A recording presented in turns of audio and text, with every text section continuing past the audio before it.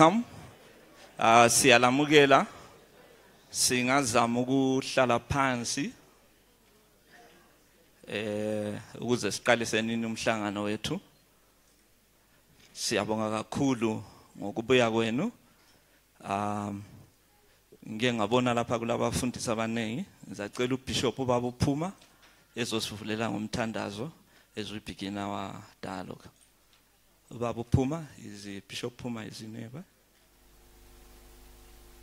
Okay. Ngasivulela ngomthandazo. You need to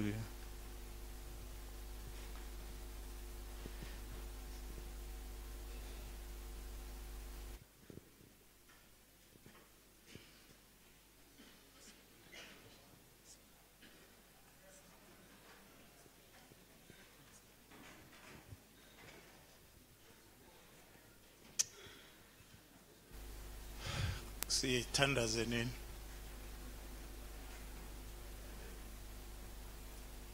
Siyabonga uNkulunkulu oyingcwele onguyise wenkosi yethu Jesu Kristu umsindisi omangalisayo lomalusi olungileyo. Senzele kuhle usize kwaze kwala. Sibonga ukuqoqwa ususiqoqile siyanxusa.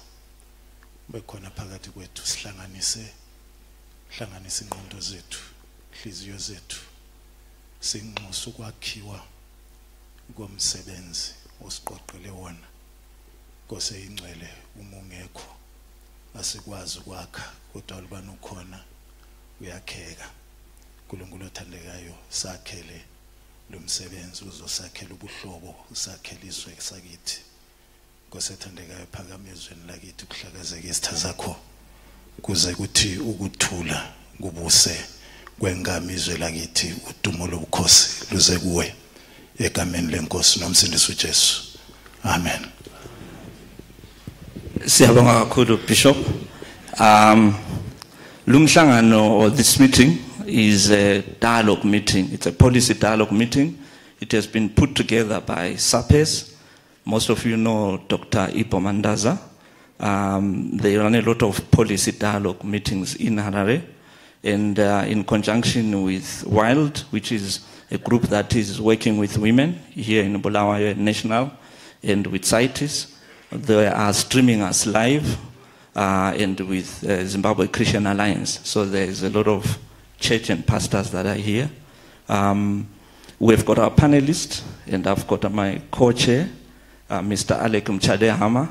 Most of you would know him. He's a very prominent lawyer. He's worked a lot with Zimbabwe Lawyers for Human Rights, and he has represented most of us here in cases that had to involve human rights. So we'll co-chair together, and I'll take this opportunity to ask him to come to the front and introduce our panelists, who they are and where they are coming from.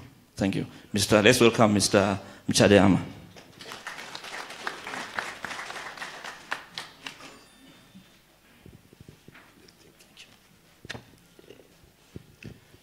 Thank you, Useni. Good evening. My role today and now is to welcome you to this dialogue.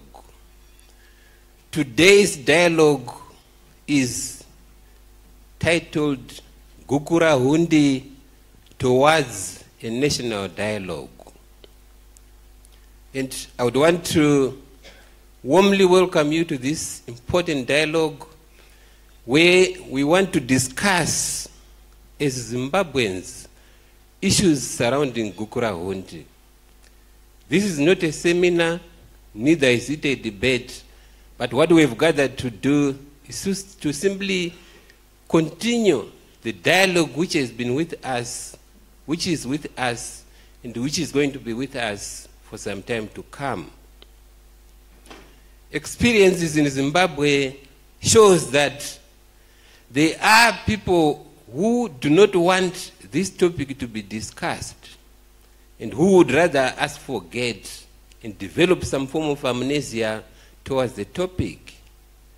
Fortunately, Zimbabweans have refused to be silenced, and that is something to be commended. On the 5th of January 2018, the National Peace and Reconciliation Commission Act was passed. One of its aims is to seek post-conflict justice, where people need to know the truth of what happened. So again, an opportunity has been given to us to talk about Gukurahundi in the context of the NPRC Act. So the journey on the dialogue around Gukurahundi and other issues to do with past human rights violations continues. There's need to know what happened, who did it, and what should be done. And that is part of the dialogue. So today's dialogue is important as an avenue for seeking the truth and to seek reconciliation so that we achieve post-conflict justice. This topic comes in the context when our country is gripped with our ugly past, which we have not dealt with in any comprehensive way. To facilitate tonight's dialogue on Gukurahundi atrocities, we have an able panel. And before us today, starting with my immediate left, is Dr. or Comrade Dumiso Dabengwa. I'll be given more of his profile when he makes his presentation. To his immediate past is Siposami Malunga. I'll also be giving his profile as the program progresses. Next to him is Ray Motsi. Most of you are familiar with Ray. Again, I'll give a resume when he comes to speak. And on the last end of the table is Professor Rupia. Not present before you currently is Elena Sisulu. She will be joining us in the discussion. So, without wasting much of your time, let me call upon Ray Motsi to start the conversation. Ray is a pastor, is a theologian, and a peace-building expert. He has dedicated his life to combating conflict in Zimbabwe through peace-building and non-violence. He is the president of the Theologian College of Zimbabwe since 1991. He is also the founder of Grace to Heal, a faith-based organization focusing on community peacemaking and conflict transformation. Shall we give a big hand as Ray comes to the podium?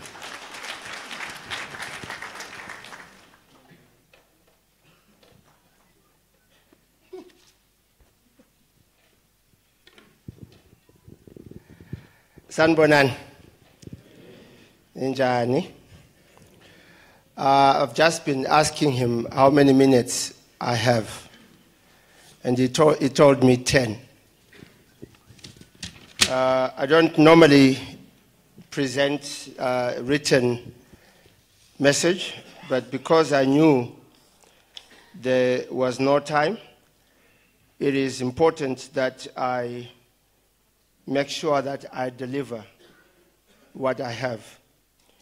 So without much ado, let me say, all potholes observed. You will realize why in the process. Gukurahundi is a national disaster that needs to be declared as such by the powers that be. If by now the international world has accepted Gukurahundi to be a genocide, there is no need for us to continue to dither and to debate about it. As we drive towards Gukurahundi becoming a national dialogue, We need leaders that champion our will to do specifically with Gukurahundi, particularly here in Matabeleland. The framing of the language, the conversations, and the pitch of the discussion should be predetermined, probably by the people themselves. The kind of discussions and arguments that are key and necessary for the purpose of national convergence needs to be thought through. There is need to decide on which direction the argument should take, because we have some predetermined outcome of either inclusivity or exclusivity. We also have others whose opinion is such that, like you heard already, it must not be spoken about. As we urge towards this national dialogue, particularly concerning Gukurahundi, it is necessary to have a buy-in from the various regional and national stakeholders in Zimbabwe. The NPRC could be a catalyst in the process, but more importantly, the need for a national vision based on a shared value and a value system is very critical. That is not available anyway. Who knows whether the NPRC would be such, or probably we may have to depend on the national constitution itself as the basis. In that case, as I've mentioned, the national constitution, which gave birth to the NPRC, might be foundational in helping us to examine what it is that can be done. A national vision, nevertheless, must be a platform that must engender a sense of ownership guided by a new patriotism that is not based on party political ideology, but shared national values, identity, and a sense of belonging.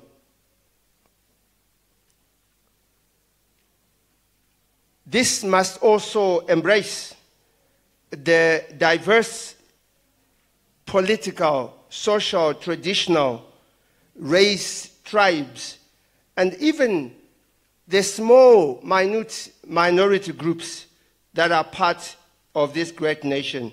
The history of this country did not start with the coming of the Europeans, neither did it start with the coming of Mzilikazi. There were people here. Sometimes we also have amnesia. Our argument sometimes is very shallow. We need to go deeper in some of these arguments. Probably our problem is not colonialism, but colonization. Most of us have not yet been able to deal with colonization. Shona, Ondebele, our political construct. Sometimes they limit what it is that we can do and what we cannot do. It is also defined by others. You will be surprised if we were to seriously define what it is that we mean to be Shona, or what it is that we mean to be Ndebele. But we can begin to find each other as we seek for ways and means of how we relate to each other. And therefore, this opportunity for a dialogue becomes something so major and helpful that will need men and women that are creative enough to begin to find ways and means that can help us to redefine ourselves. As it is, redefining ourselves is critical. And I believe we actually need to think about that. a national dialogue must, in a sense, give hope and open doors for cross-pollination. Above all, it should lead to a national acknowledgement and acceptance of the past as our shadows that cannot lead us into the future. We cannot move forward looking backwards. National dialogue, nevertheless, is envisioned as a rational and democratic way of dealing with our past as a people. And in so doing, this must open doors for each and every one of us, because in a democratic, in a rational way, there must be the right to know. There must be the right to justice. There must be a right to reparation. There must be guarantee of no recurrence. These are not my own words. These are Zwane principles. And the process of doing that is this whole idea of helping people to have an opportunity to speak about the truth, about themselves, who we are and where we're coming from. That national dialogue must facilitate conflict transformation and unlocks the momentum which will give birth to a national positive energy and also create a conducive environment within which people can begin to talk about themselves, can begin to talk about the others without having to be afraid, without intimidation, with no restrictive laws or inhibiting laws that stops people from talking about it. If everybody and the government is serious about this, even about the NPRC, then there must be need to repeal some of these punitive laws and the attitude that we have, particularly from the powers that be. National dialogue must be aimed at leading the government to a national acknowledgement of what happened and to take ownership and responsibility by redressing what happened. It is paramount important that the government must take ownership of everything that happened in Zimbabwe. More so concerning Gukurahundi. Gukurahundi was perpetrated against a group of people by a sitting-in government using government machinery in order to do that. And therefore, it is the responsibility of government to actually take ownership of what happened. That, in my opinion, in a national dialogue, will be a very, very important way of beginning this national dialogue. This will create positive and ripple effect on the nation. The normal thing that happens when that acknowledgement has been given is that we then create this national commemoration of Gukurahundi, which would lead, therefore, to memorialization, archival, museum, and monuments. But this cannot happen unless there's been an acknowledgement, unless there's been ownership, unless the attitude have changed, unless the laws of this country have changed, unless people are not being hindered and they're not harassed and intimidated when they talk about something that happened. The issue about letting sleeping dogs lie is a very, very dangerous thing, because sometimes these dogs wake up and bite people again.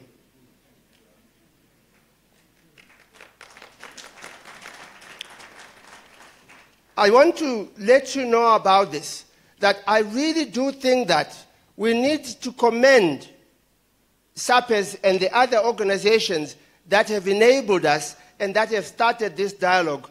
I personally believe that what is needed, particularly ngapa, where we are, the talking and open talking about Gukurahundi must be allowed to happen. Because if that does not happen, it is going to come up as a landmine that will just blow up. And because people are looking for ways and means of how to talk about something that happened. Abantu kaba umani. They're talking about something that happened. And so I think as a national process, national dialogue, where we can begin to respect each other is so important. And this is the key. A national dialogue will be able to give every Zimbabwean an opportunity. And through that, people all over the country will be able to have a buy-in into this whole thing. And when they do, probably through that, we are able to get what I call collective memory of our past. Right now, we have a situation where people in Mutare, Mashingo, Mount Darwin, when they talk about their stories, we say we have nothing to do with them. When people from Matabeleland want to talk about their stories, other people say they have nothing to do with it. What is it that is going to enable us to begin to bring a common base on which we can hang our future? The prints of our feet of our past is no good, and it does not help us. And I trust that this dialogue will enable people who are not afraid of other people getting angry, or not afraid of people talking about their hurts and what happened to them, and they're not worried about people that may have different or divergent views about what happened. It is okay. It is a democracy, and everybody is entitled to the opinion, even though other people may be sincere, but sincerely wrong. Thank you.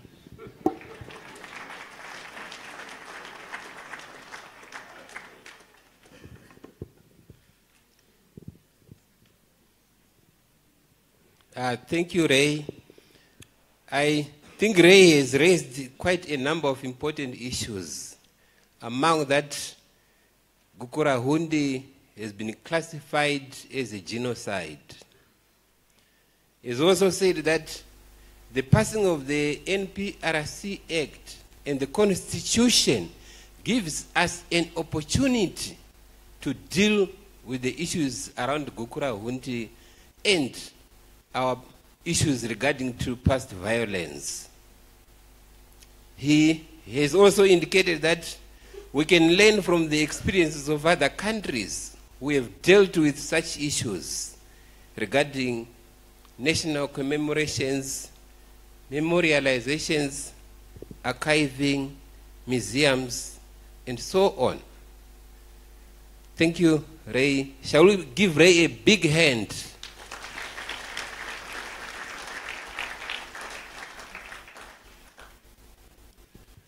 What we are going to do is I'm going to call upon all my presenters.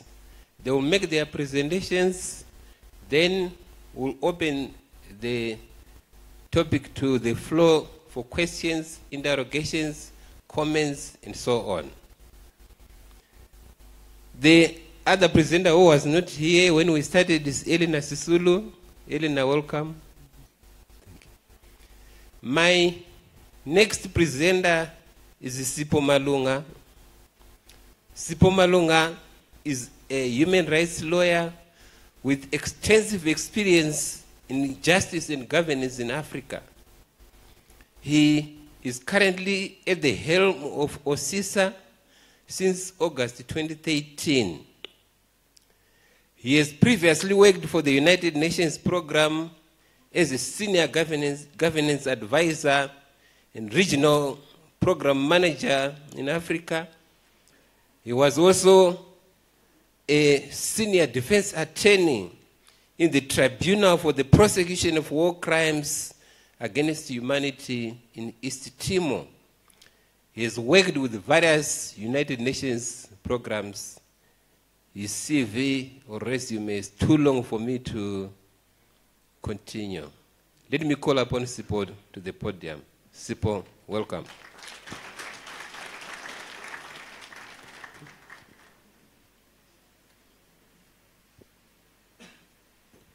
Thank you, Alec. And I want to pay tribute to my fellow panelists. Yesterday, apart from Reverend Motsi, we had a similar dialogue in Harare. It didn't go as quietly as this one seems to be going. I'm told not as yet. But of course, we welcome any excitement that may arise from the discussions. As I walked away from the conversation yesterday, I was reflecting to myself because the discussion yesterday was disrupted. There were some elements, not everybody, who were keen on making sure that the discussion doesn't happen. They went out of their way. They tried to delegitimize the credibility of the speakers. They tried to decide who can speak, who cannot speak. They tried to attack what we said. They tried to divide us. They said, oh, only Dr. Dabenga can speak on this issue. And of course, he refused. He said, no, everybody can speak on this issue. So, but for me, that told me, a part of me was thinking, are we ready for this conversation? Is this country ready for a conversation on Gukurahundi? And the answer is, even if it's not ready, it must have it. It's been 34, 35 years. So we don't care whether anybody is ready, whether anybody is interested in hearing. There are victims who died in pain, who died in anguish. There are victims now who continue to wonder what happened to their relatives. It really doesn't matter. So I'll use very crude language, we really don't give a damn.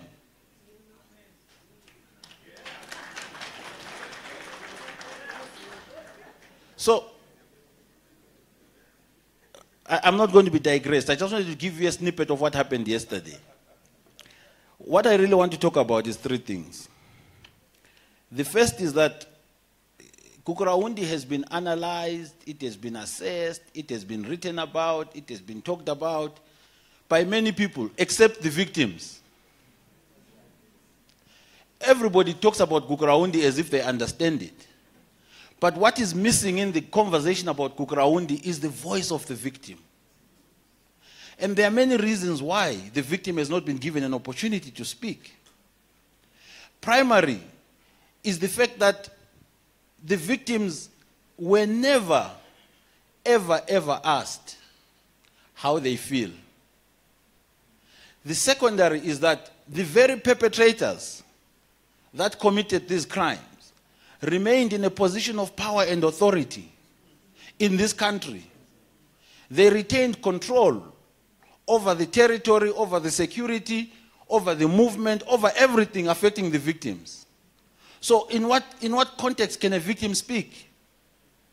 When we know that when these crimes were being committed, it was not even possible to report. Because the very people you reported to would then take you and beat you or even kill you. You couldn't even go to hospital. If you went there, you had to say, I fell from a bicycle. And it wouldn't even matter.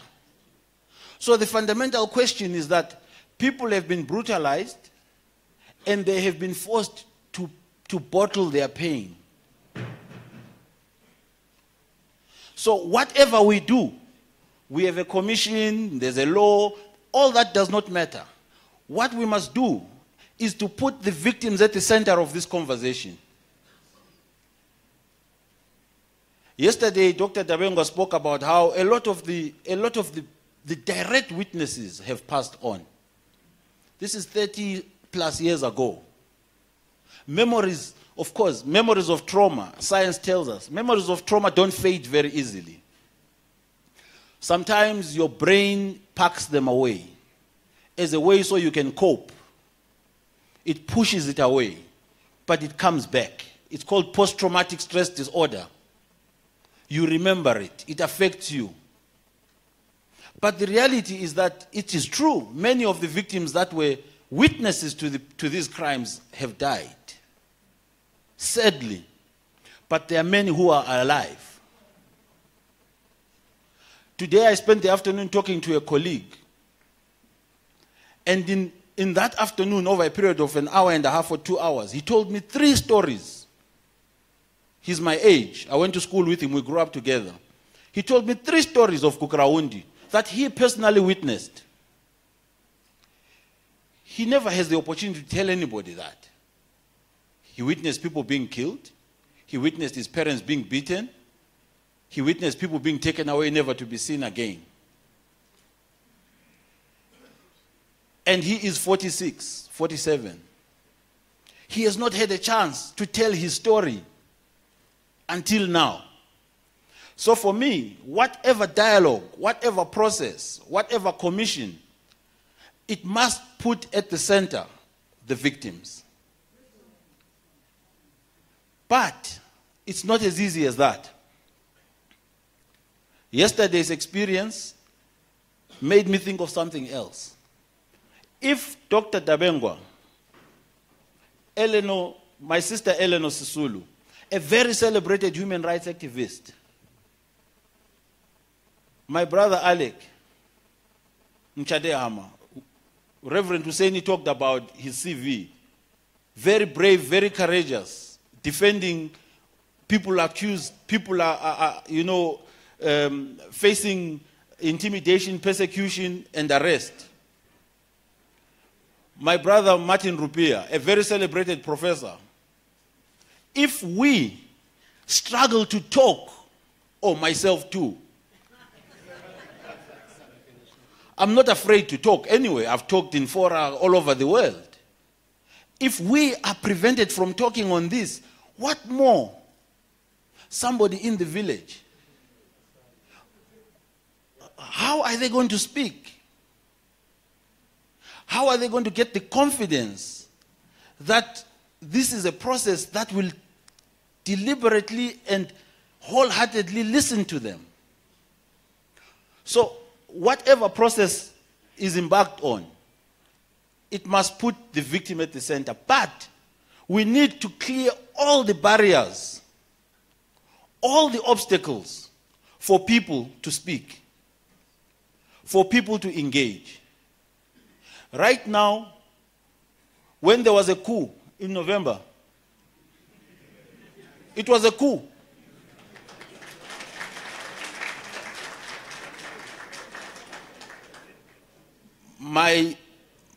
All my learning of law, all my experience working around the world tells me it was a coup. It doesn't matter what it is. Of course, we move on. But when there was that coup, and soldiers rolled into town, I wanted Mugabe to go. I was very excited at the prospect of Mugabe going. But let me be honest with you. When I saw soldiers, I was very nervous. I get nervous when I see a soldier. It's not supposed to be like that. I'm supposed to be comforted when I see a soldier. Because soldiers protect. They are supposed to protect. So what does that mean? It means that we have a long way to go as a nation. So we must create the conditions for victims to feel safe to talk. That is one very important issue. I'm very pleased, and I said yesterday in Harare that if there's something I can commend President Mnangagwa for, is signing this law. It is an important step. So we must accept this, and we must commend it. But it is just a step. It's not even anywhere near completing the journey. We need to focus on removing the obstacles so that people can feel confident and free to speak. That is one of the most important things. Because fear continues. People continue to be afraid. We have had 37 years of a security state where we talk in whispers. Even at a pub where we're supposed to be loud and drunk and foolish, we must whisper because we don't know who's standing next to you. and what they are going to say when you have left. When we drive home, we look behind. Is someone following us? What nonsense is this? 37 years after independence. So we want to make sure that victims feel safe. And the commission, before it even begins the work, there has to be a process of assessing the conditions in which the work can be done. In asking the victims, what conditions would you like to give your testimony? But it doesn't end there. Remember, when you relive an experience, even by talking about it, it affects you emotionally. And we're talking about thousands of people that are affected in this way. And I'm not talking about people who might have experienced, but people who saw. So there has to be provision to support the victims, including the witnesses, counseling services, psychological services, because people were not given the opportunity to process and to deal with this issue. They were supposed to just carry on. Whether people witnessed their mothers, their sisters being raped, whether they witnessed their fathers being killed, or whether they witnessed their whole families being burnt in a hut alive, that is traumatic. When you talk about it, you need somebody who's going to stay with you afterwards, who's going to help you, who's going to support you. So those processes, when they start, they must have the victim in mind so that the victim receives the support that they need. The last point, there is a real sense, and one can say it's imagined or whatever, but there is a real sense that the region was targeted. There are semantics. Somebody might say it was targeted, it was ZAPU that was targeted politically. Some people might say it was Ndebeles that were targeted. But at the end of the day, the region was targeted, and the people of the region were targeted. You can then do your own math, right? If the people in the region are majority Ndebele and they were targeted, you can conclude what the intention was. So for me, whether it was a genocide, as an expert in the matter, I am an expert on the matter. Whether it was a genocide or crimes against humanity, it really doesn't matter to me. Thousands of people were killed. It's unacceptable. Define it as whatever you want. It doesn't really matter. So there are other things that we need to think about when we start a process on a dialogue for Gukurahundi. We must address the underlying causes, or the sense of exclusion, the sense of disempowerment, and the sense that the region and the people of the region are denied opportunity, equal opportunity. It's not even a sense, but think about it. Let's do an analysis very quickly. There was a war preceding 1980 of about 12 years, very intense, culminated in Lancaster House. 1980, we had the truce, and then we had a new government. It didn't take long before the hostilities started. 1982-83, we already had Gukurahundi. For 10 years, almost 10 years, 7 years, there was a war here. There was a curfew. There was no development in Matebeleland. For 10 years. The period after independence of reconstruction, when they were building schools, clinics, hospitals all over the country, in Matebeleland there was nothing happening. It is a fact. We are not making this up. Whether the people in Matebeleland are Matebeles or Shonas or whatever, the fact is there was an imbalance in the development of the region. In 1987, unlike in many situations of post-conflict, where there is a program of reconstruction, there was no such program. Matebeleland was not put on a fast track. It was not given preferential status. Teachers were killed. They were not replaced. Schools were destroyed. They were not rebuilt. And here we are. Factories were closed for 10 years. How do you close a factory for 10 years? You think it's going to come back again just like that? So fundamentally, the region lagged behind. And I always tell people, I always tell my compatriots from the region, I say, we're not the only, in fact, we're not the most underdeveloped region. It's contested, we can argue. I don't know if some of you have gone to Maswingo.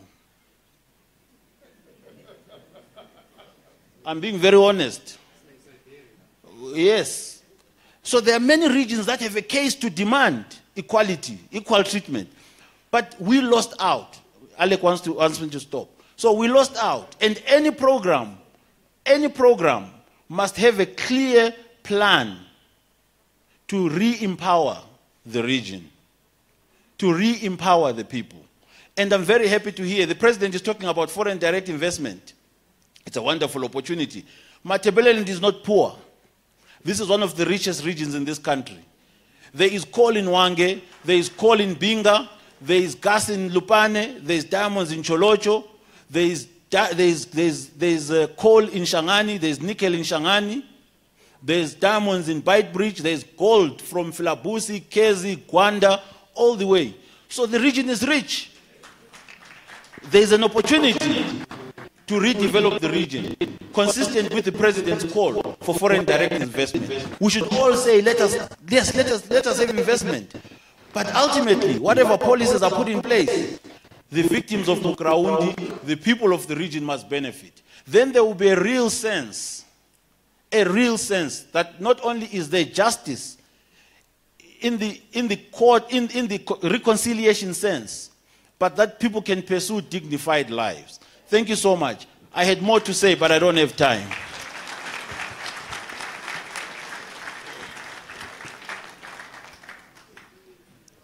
Thank you, Sipo.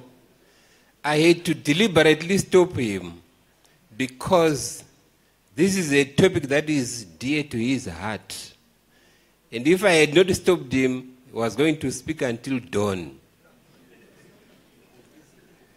But I'm not going to apologize. This is just the beginning. The dialogue continues.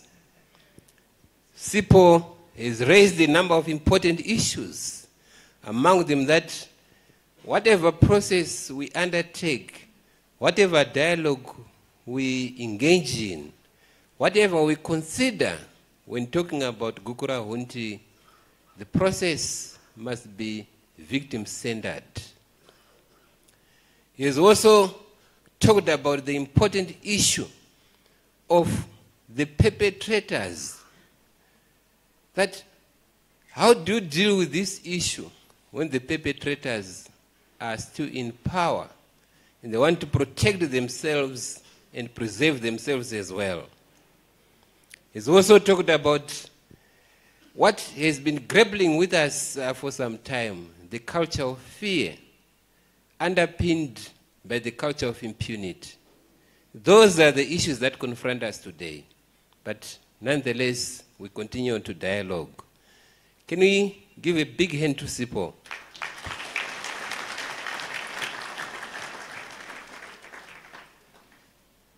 I now want to call upon Elena Sisulu to give a presentation.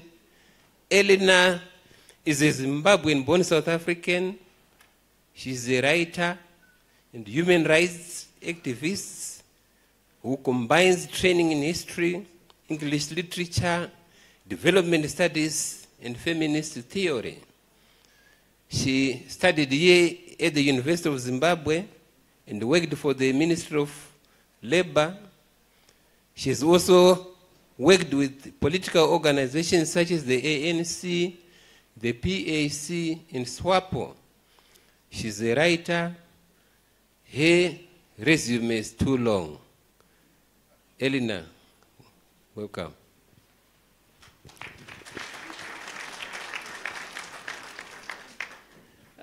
Thank you very much. It's a very emotional moment for me to be here. We had an interesting introduction to this topic yesterday in Harare. And yes, I hadn't been home for a long time on a public platform, and I think I could say it was a baptism of fire. And my experience yesterday was being told that you are a South African, you have no right to speak here. This is an issue that must be discussed among Zimbabweans, and you should be concerned with xenophobia. You have done nothing when Zimbabweans are confronted with xenophobia in South Africa, and you should be concerned about the Guptas and Zuma. You shouldn't be here talking about what is a conversation among Zimbabweans. So I was thinking that actually, why am I here? Because in this gathering today, I know that there are people who are direct victims, and in a way we are all victims. We all have suffered because of this. Others have suffered obviously more than others. And there are also people who have actually done a lot of work in this area and who actually are better placed and more knowledgeable to be in this platform than I am. So I would like to say, I think I can give some international perspective. I am a Zimbabwean, both by birth, with roots in Chiota, through my father, and in Caesar, through my mother. I am a South African by nationality or by marriage, and I am a Pan-Africanist who, as an African woman concerned about human rights, social justice, and peace throughout this continent, believe I can speak on any platform anywhere. And any social justice issue on this continent is an issue that I should be concerned with. The trade unionists say an injury to one is an injury to all. And I think if we followed that dictum, that an injury to one is an injury to all, a lot of the things that we are facing would not have happened. And in fact, Gukurahundi and even the genocide in Rwanda would have not happened because other Africans would have said, this is an injury to me, people are getting slaughtered, I must do something, and people would have done something to prevent it from happening. I am also here because of women, especially, people I've worked with, but a lot of the women I've worked with. A few years ago, Shari Apple, I don't know if Shari is here, I see her there, asked me to do the introduction, to write an introduction to the Breaking the Silence report, which I'm sure people know about Gukurahundi. And I was very hesitant, and I said, you know, Shari, why me? Because, you know, there are other people who know more about this. And she said, well, it's important also to get a South African connection and a voice that's known in South Africa to speak to this. And so I wrote the report, which I must say was a very emotional thing for me because my experience of this, I was working in Ministry of Labor when it happened, and my experience of this was getting news from relatives in roundabout ways about what was happening, and being in Harare and people ignoring it. And I remember a specific time when I was doing research at the Zimbabwe Institute of Development Studies, ZIDS, and one of the women there, working in the secretarial staff, lost members of a family as a result of one of the atrocities of Gukurahundi. And people, I mean, we know in our culture in the workplace, when someone loses someone, you sympathize. And the way it happened is that people who came from one side of the country sympathized with her, and the people from the other side just pretended it did not happen. And this is a very painful and powerful thing. You're working somewhere, your family members die, and people just don't sympathize with you.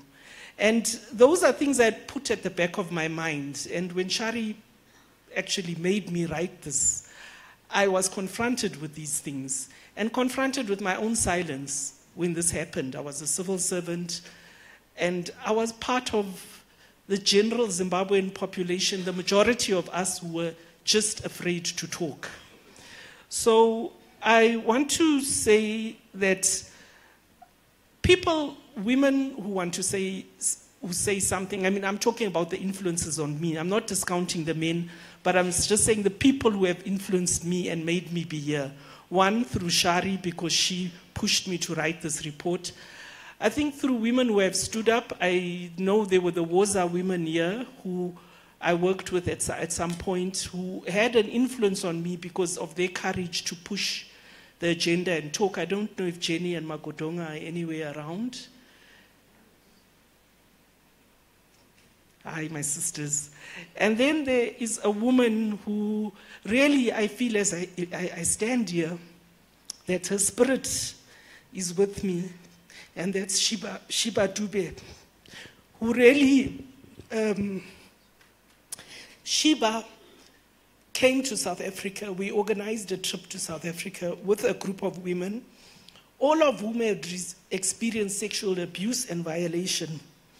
And we were keen to show Robert Mugabe's, Thabo Mbeki, it must be a Freudian slip, Thabo Mbeki's government of what was happening in Zimbabwe, and especially the violence and abuse against women. Because there was a lot of talk in South Africa about women's empowerment, emancipation, boasting that we've got the most women in cabinet, and just how progressive South Africa is regarding women, and how progressive the ANC is. And we felt it's important to show that this is what is happening. So this quiet diplomacy doesn't work for us. The silence about human rights violations doesn't work for us. And Shiba came with this group of women, and it was generations of women. Shiba was the eldest. Then there were others who had experienced violations during the first elections, I think around 2002. And then Operation Muramba Trina. And then there were others who had been raped and abused in the runoff, the 2008 election runoff. And I remember these women presenting, and at some point Shiba was in tears, and she said, you know, I experienced this. I was raped by soldiers. I even had my womb removed because I felt so violated. And now to see other young women, another generation of Zimbabwean women going through this same experience than me, it just breaks my heart. And she really pushed me in human rights work to actually push this. I mean, unfortunately, we were not listened to by Mbeki, and the efforts to silence what was happening still continued, but I am thankful to Shiba that she really, and to all the other women I've worked with, and as well to the people in the Crisis Coalition, the civil society activists which I've worked for making me be here today and reminding me that you can't just sit comfortably while these things are happening. And talking about human rights violations, the reason also for having someone from outside, if people want to consider me an outsider, is that it's important to look at this experience elsewhere, to look at violations elsewhere, to look at Rwanda as Sipho has experience of East Timor. We've just seen the Rohingya massacres or genocide, I think they're calling it now, in Myanmar. That all genocides have certain basic ingredients. There's the process of othering, denigrating the other, whether it be based on gender, race, or region, whether you're saying Ndebele, Zapu, or whatever other criterion you use. That process of othering it doesn't necessarily lead to mass violations or genocide, but it is a starting point. Somewhere along the line, somewhere it said that one is like that. And because they are like that, or racism is a classic example, they are less than human, and we can do anything to them. The other ingredient is the process of silencing. Silencing, and I think it's no coincidence that the report, the Catholic Justice and Peace report, was breaking the silence. And I think that is really important, to break the silence. I'll talk about Professor Ken Rankin. I don't know if anybody here knows of Professor Ken Rankin. He was a professor of orthopedic surgery, and he worked for a long time at Impilo Hospital. And while he was working there, started seeing injuries of people coming in. And he, being admitted to Impilo, and he started documenting, and he was very concerned about this. And he documented, and he then went to Sister Janice McLaughlin. I don't know, people would know Sister Janice, who was very close to Mugabe. And Sister Janice, according to the account from Ken, took this report directly to Mugabe and said, this is what is happening. And this is from an orthopedic surgeon. He's not a politician, he's an orthopedic surgeon. And the outcome of that was that Ken's wife, Joyce, was ANC. And I can't say the exact details, but I think they were told that they must be moved out of the country within a certain amount of time. And sadly, Ken died before he wrote that account. I hope Joyce writes it, because I think it's an important part of this history. And it's a part of actually putting the facts down against people who are denying what happened or the extent of what happened. So this process of silencing, how do we fight against it? I spoke yesterday and I was shouted down and really not allowed to make my point. But the point I was making is that Marikana, in fact, I sent a tweet which had some footage from the film on Gukurahundi. And I said in the tweet, for those South Africans who continue to look upon Robert Mugabe as a hero, this is Gukurahundi, and its survivors walk amongst you.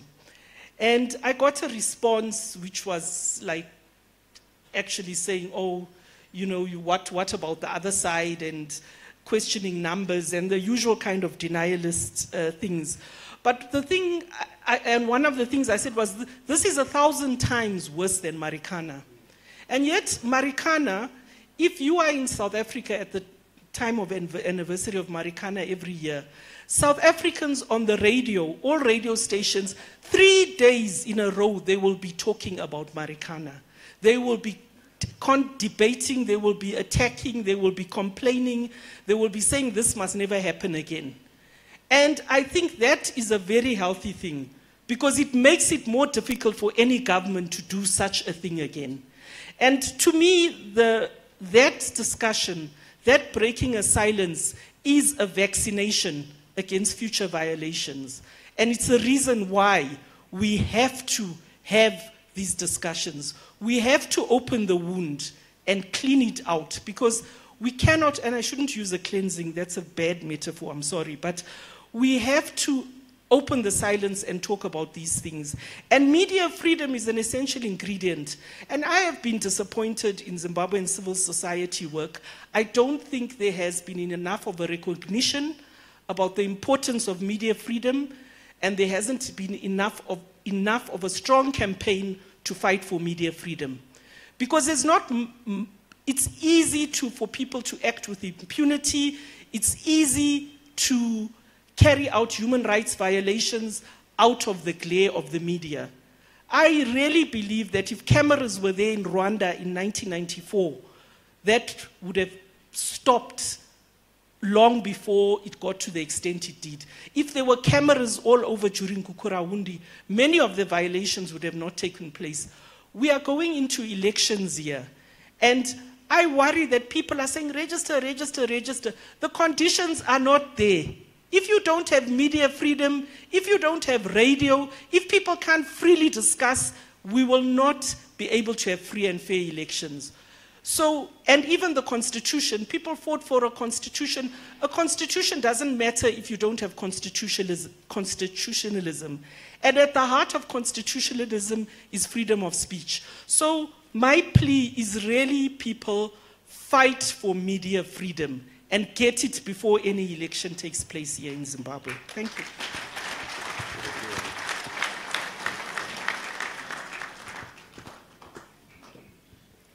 Thank you, Elena. I think, like the other presenters, she has raised a number of important issues that already there have been efforts to document and write what happened, including, among others, the publication Breaking the Silence by the CCJP. So there are a number of documentations and archival material available for us to engage in so that we know what happened. She has also talked about the important issue as to who must talk about this topic. And I think, like Sipo, the answer is that everybody must be allowed to talk about Gukurahundi and other violations that took place in this country. She has also said that we must use the media to propagate issues around Gukurahundi and so on. Thank you, Elena. Can you give a big hand?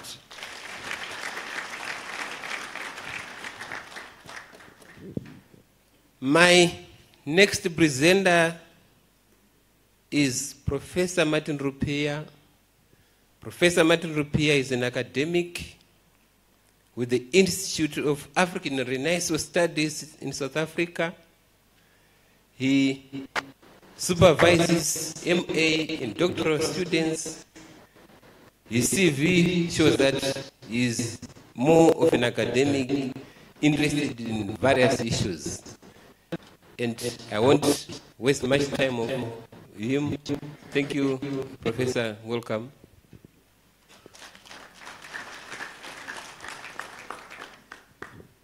Thank you, Alec. And also thank you, the organizers, for inviting me. And I can already sense this is a very emotional meeting. We have victims around here. We have people that witnessed. But I think it's important for us coming from the research community to make a contribution and to highlight at least 2 or perhaps 3 contexts before I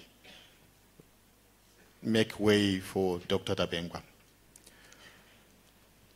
I run what is called the African Public Policy and Research Institute, which focuses on the relationship between citizens and the armed forces. And I want to give us one example that ties into where Zimbabwe is, with the key recommendation on that example, that if we don't revisit our history and the events around Gukurahundi and reconcile with the opportunity that we have in terms of the new policies that are being adopted, we are going to come back 50 years and try and redo the same events.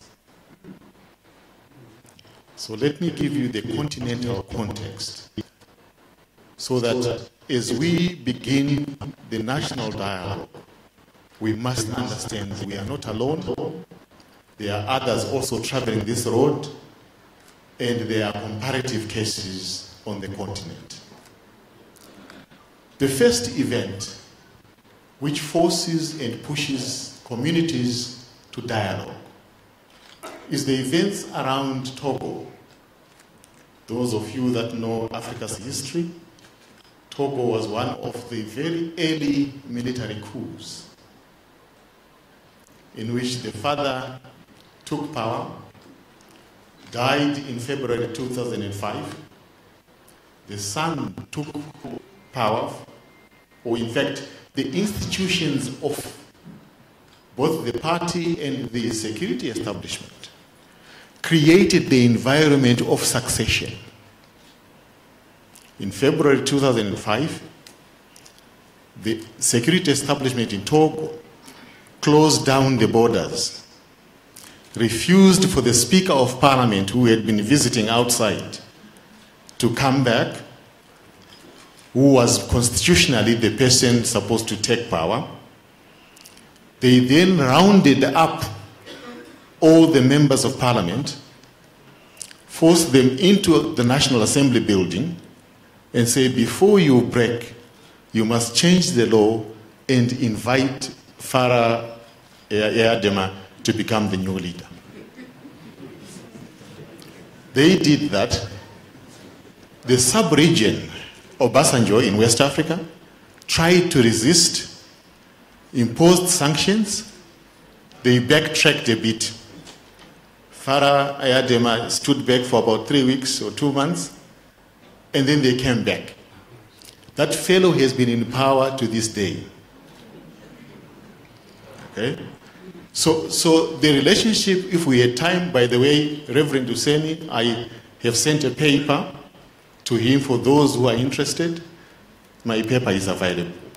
So what happens is that Eyadema and his son have created institutions, especially around the security and economic within Togo, that are self-serving.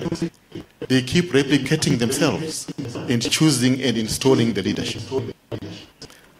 On first week of January, after severe protests on the streets,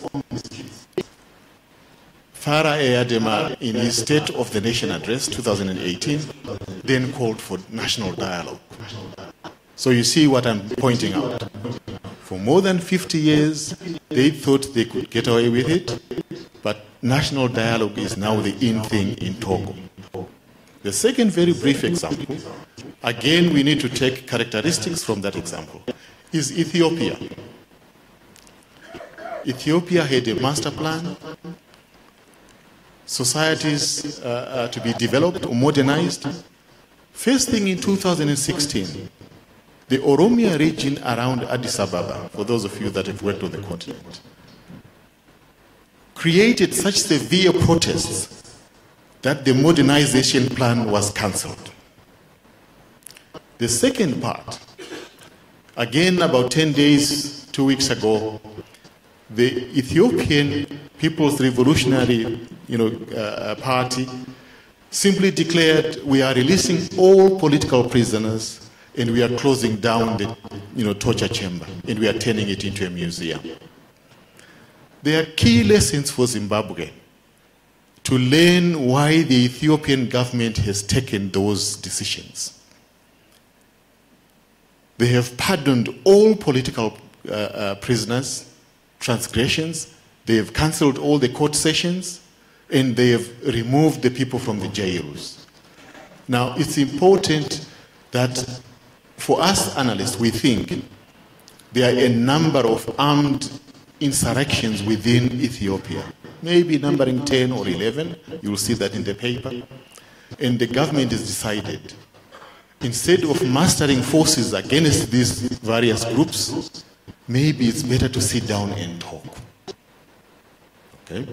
So it's an important lesson again for us. The international community, the African Union have issued statements welcoming what the Ethiopians have done. And this is now on record. Now the case for Zimbabwe, in my conclusions and recommendations. The passing of the NPRC on 5 January 2018, I think is an important platform around which we can build a mature and informed dialogue that does maybe 2 or 3 things. First, I think we have to acknowledge the transgressions or what has happened in the past. No one appears to want to step forward and do what the Ethiopians have done, to say, look, we made a mistake. Can we sit around the table and take the process forward? The second point is to use the constitutional provisions provided for by the NPRC in a very constructive and substantive manner to take this process forward. Again, yesterday we tried to put this message on the table, and some of us were shouted down. You're Rhodesians, you cannot tell us anything, we don't want to dialogue. Somebody else can say this, but I'm a Zimbabwean, as much as the next fellow. And I have been trained and I've spent time reading books, and that knowledge is being made available to other countries. Why not my own country?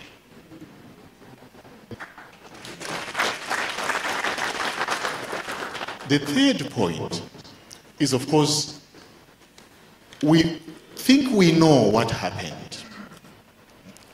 But as Elena was referring, there's this medical doctor who's getting evidence almost in an area where you could not expect to get evidence. So the point to me is this: we need a research community with integrity. And if you look in terms of comparison again at Archbishop Desmond Tutu, there was a huge research component behind that TRC process. And this is the point I am making. The last point, again a recommendation, is that we have seen incidents of the state and its relationship with society in Zimbabwe using almost the security establishment as the default response. There are a number of areas where the security establishment has been used like that. We have Muramachina, May and June 2005. We have the Marange diamonds, almost a default. You know what has happened. In my paper, I have tried to explain.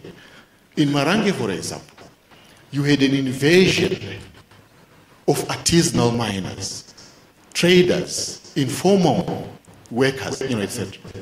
The response to all of that, which had created chaos in that region, was to send in the armed forces. Maybe in future we must not do that. That is the point we are making. Of course, the last point is the elections in 2008. There is documentary evidence that lives were lost. And I think we need to be transparent and account so that going forward, we must draw the line, in my recommendation as a researcher, to say never again must we resort to the default response. Let's understand the context and use other processes of public policy as we go forward. The important number one policy option, if we are going to create a new Zimbabwe, is to create a society that is not divided. And you'll see that is a starting point in my paper. And that is what I am calling for. Arek, I want to stop here.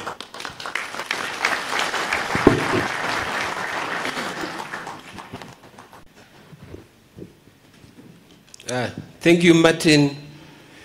Like a typical professor, precise and to the point, and on time.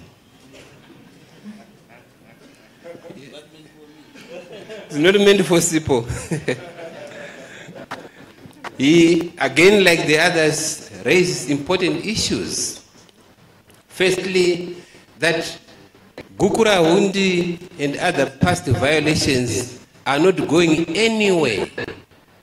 So let no one wish them away.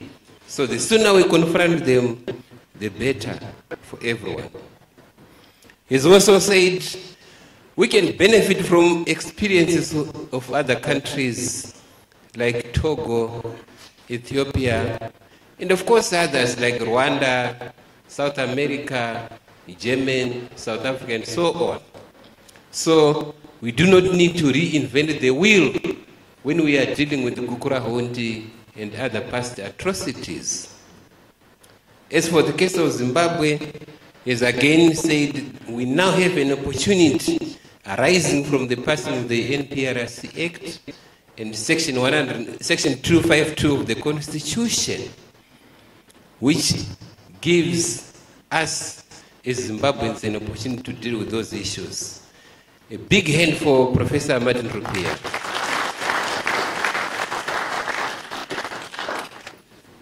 My next presenter needs no introduction, but I will attempt to do so. I'm going to call upon Dr. or Comrade Dr. Dumiso Dabengwa. You know, Zimbabweans, we have so many titles, so I'm attempting. You know what I'm talking about. He's a Zimbabwean politician and the president of ZIPRA.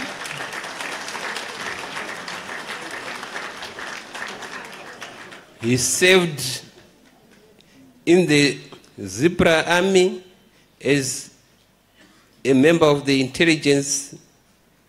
He also served as a governor minister of Home Affairs between 1992 and 2000. He was appointed to deal with the Matebeleland water project. He was a member of the ZANU-PF Politburo. And he has been many other things, and he's many other things as well. Dr. Dabengwa.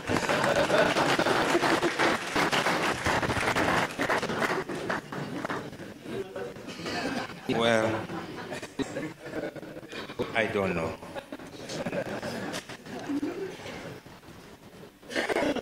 Thank you, Alec, and fellow panelists. My welcome to all of you that are here.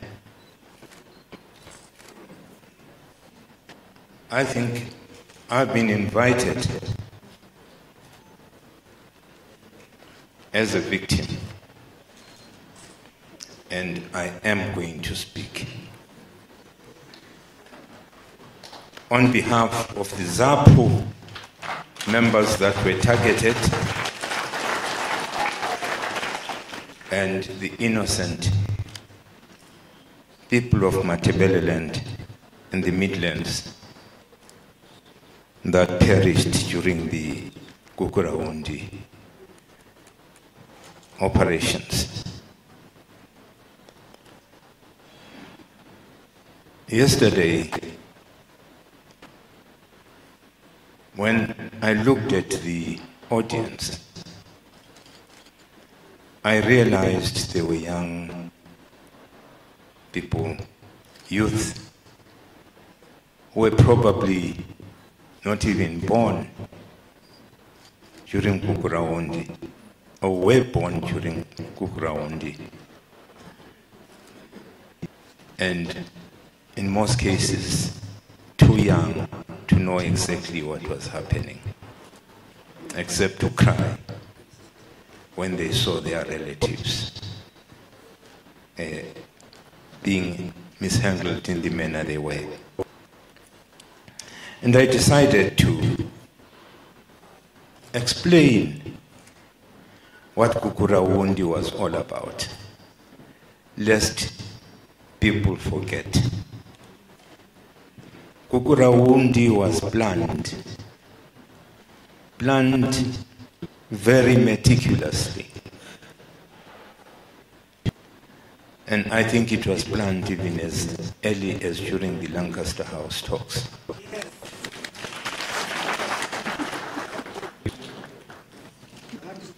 When it became clear to our colleagues in ZANU-PF that the British would prefer them to be the victors in the 1980 elections, it is then that they planned to make sure that they don't have an opposition. ZAPU and ZIPRA were the enemy. This was said in front of Mugabe, in front of Mnangagwa, in front of Solomon, in front of Masuku, in front of General Walls, and I was there. When one of the majors in the intelligence service of Zimbabwe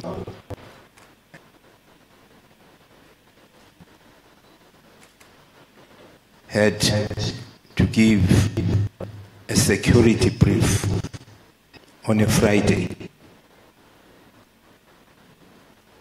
of what threats Zimbabwe could possibly face. And he analyzed all the countries, Mozambique, Malawi, Botswana, Namibia, with that little Caprivi border, and said none of them were a threat. South Africa could never be a threat unless Mugabe decided to allow the ANC, MK to operate in Zimbabwe. And if that happened, the South African army would run over Zimbabwe within a few days. And therefore, it was not a threat as such, if only they maintained that instruction that they should not allow MK to operate from here. Then he said, there's only one enemy. One threat that you have. And that threat is ZAPU. That threat is ZIPRA. I'm saying it for the first time. Some people will not know. Ask Mugabe, ask Mnangagwa, ask all those other people that I've mentioned except Masuku and Mjuru who are late. This is what he said. I was the only one who tried to intervene and find out what this army colonel was saying. And they asked him, do you realize that we are seated right here? I was actually sitting next to Mugabe myself. And you are telling the Prime Minister that I am the enemy. And he said,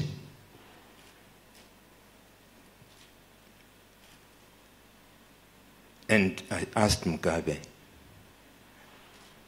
is this the security brief that we've come to attend? And Mugabe said, can you answer that question? And this guy said, I have said it, that the enemy next to you is ZAPU and ZIPRA. And this is why I say it was planned, even at Lancaster, as early as that. We come into the country, 1980, after very long attempts at trying to unite our parties and to unite our forces, ZANDA and ZIPRA. At Lancaster, we agree we're going back home as a patriotic front. We're going to have the elections together as a patriotic front, not as ZAPU and ZANU. Once we're at home here, I will not describe what happened during the ceasefire. Most of you know exactly what was happening. But when the nominations for the elections were called for, Mugabe immediately got to the offices and said ZANU was going to stand as ZANU-PF. And there were only a few hours left before nominations closed. I think it was somebody in the British governor's office who asked Nkomo, have you decided that the name you are going to use is ZANU-PF? Because Mugabe has already registered that they will be participating in ZANU-PF. Nkomo was furious. He summoned Msiga and said, Msiga, this is what has happened. Go and verify. And if it is true, go and register that who will be participating in the elections as PF ZAPU. And Siga did that and found it was true. Gabe had registered as ZANU PF. They then create, after the elections, after the victory, they then entice Nkomo to come into a coalition government, and they say, we fought this struggle together and we can't leave you out. Come in. First Nkomo was supposed to be president. Nkomo said, no, I don't want to be president. He preferred to get one of the ministerial posts, and he was given Home Affairs. They were there until we completed the integration of the armies, which meant until all the weaponry were surrendered. And after that, Zandla had a number of small arms caches. Zipra also had their own. It was a question of trust by army personnel, and they did that in all the places where they were, in the event anything happened. But there were two huge catchments of arms. One at a farm, a Zipra farm,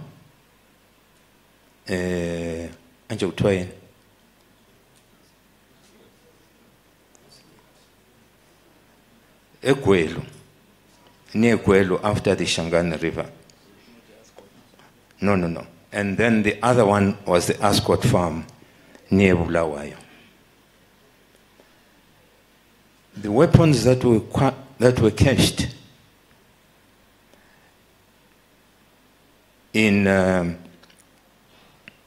at this farm near Egwelu were actually cached by instructions, almost instructions, from the then Special Branch and CIO guys who had been making visits to the Gwai camp where the bulk of the Zipra weaponry were. And they told the commander of Zipra at the Gwai River Mine camp, Assemble camp, that you guys must wake up. This exercise is now getting to an end. If you're going to surrender all these weapons to Zandla, these guys are going to be shooting you like impalas when you have absolutely got no defense. And the weapons that were cached in at Ascot, a smaller quantity, was as a result of the mistrust that the Zipra guys saw during the Ntumbane battles, where the Rhodesians were fighting on the side of ZANU. Nevertheless, we were immediately arrested. Myself and Masugu and other Zipra commanders, on the excuse of having cached those weapons, particularly the ones that were cached at our farm near Egwelu. Nkomo and most of his colleagues, except for one, John Gomo were expelled from their cabinet posts. Gomo was then being hunted for. He had to escape and go to Britain.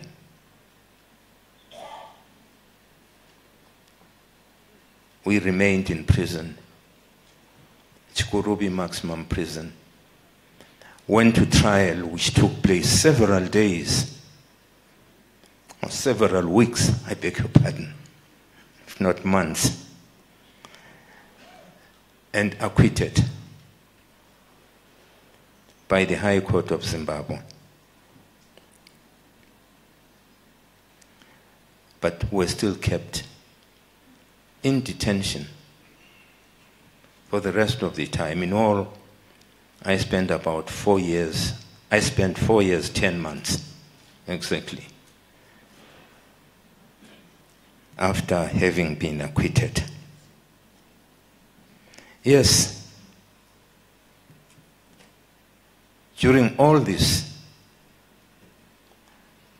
then there was talk of dissidents. To say it, that once we had been arrested, there were some Zipra guys who got frustrated and decided to take up arms and go back to the bush.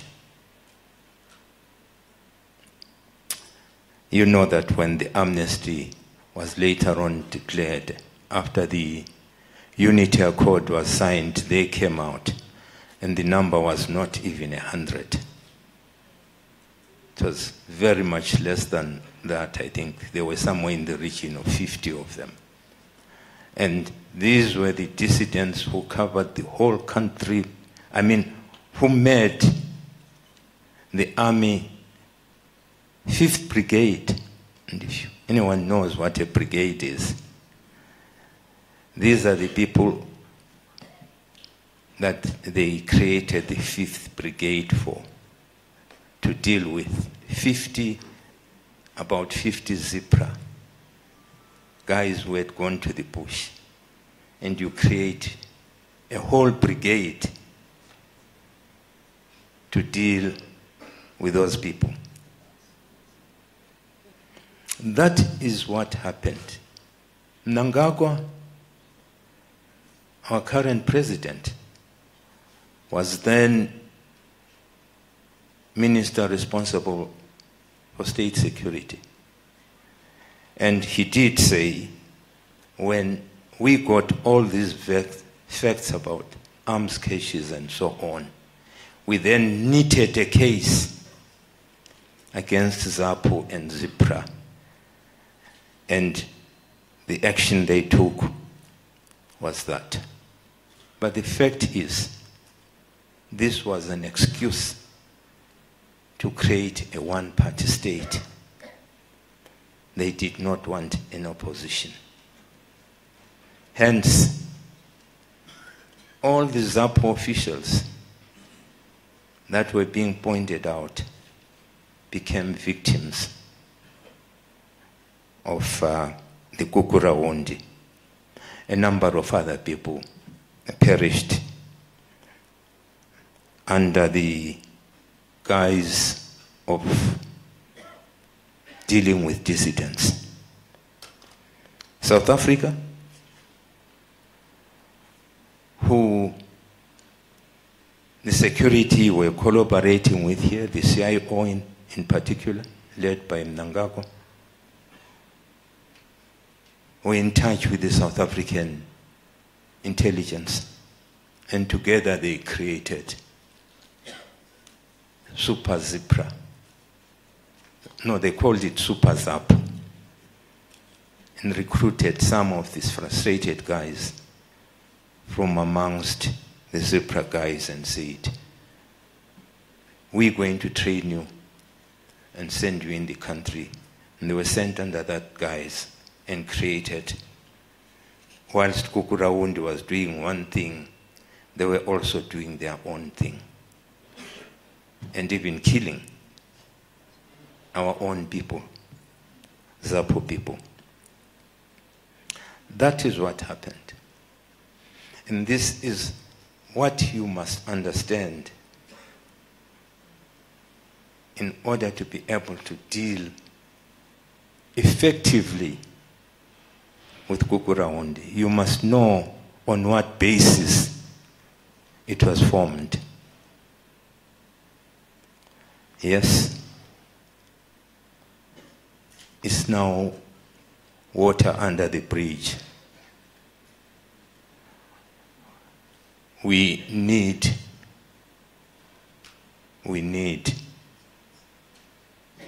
to resolve this matter as Zimbabweans.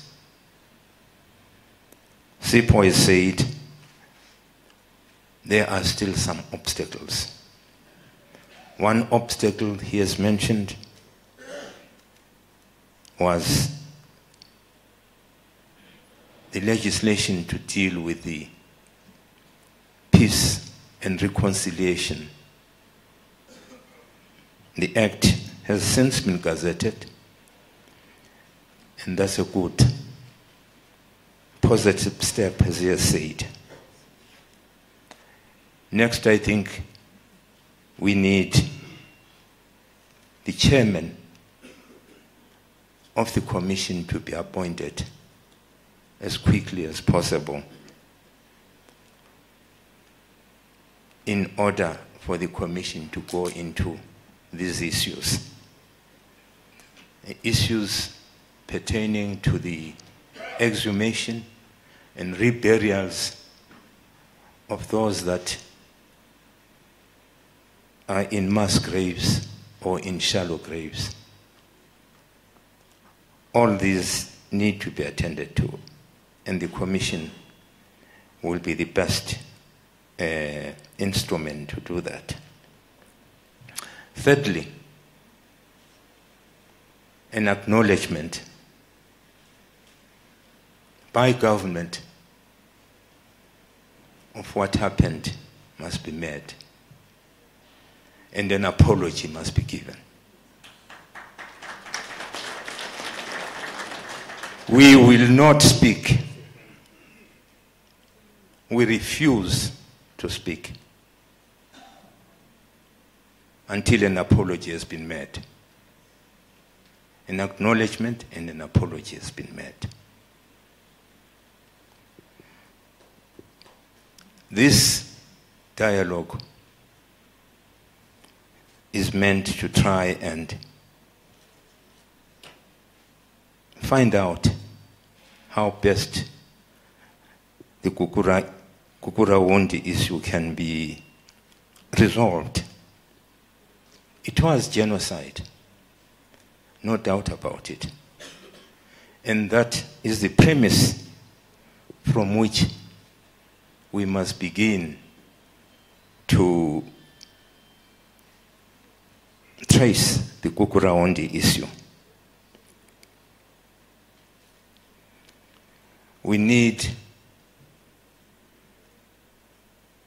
peace and reconciliation in this country.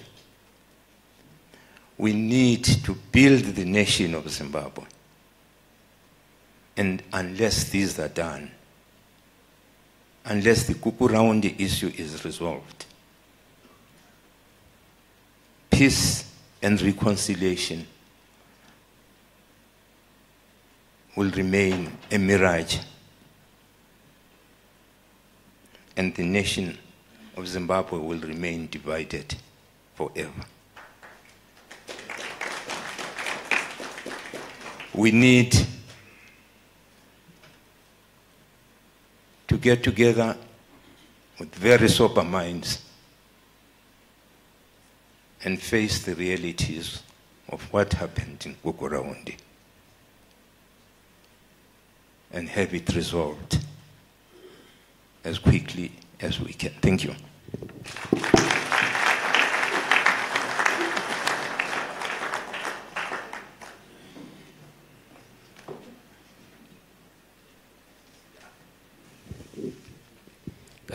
Thank you, Comrade Dabengwa. in Harare yesterday, I refused to summarize what he had said. Because I said I can't, because he had said too much. But today I will attempt. Firstly, he has said that he has been called to talk as a victim. But I just want to say my observations on him today. I think he is no ordinary victim. He's a victim who has refused to be silenced.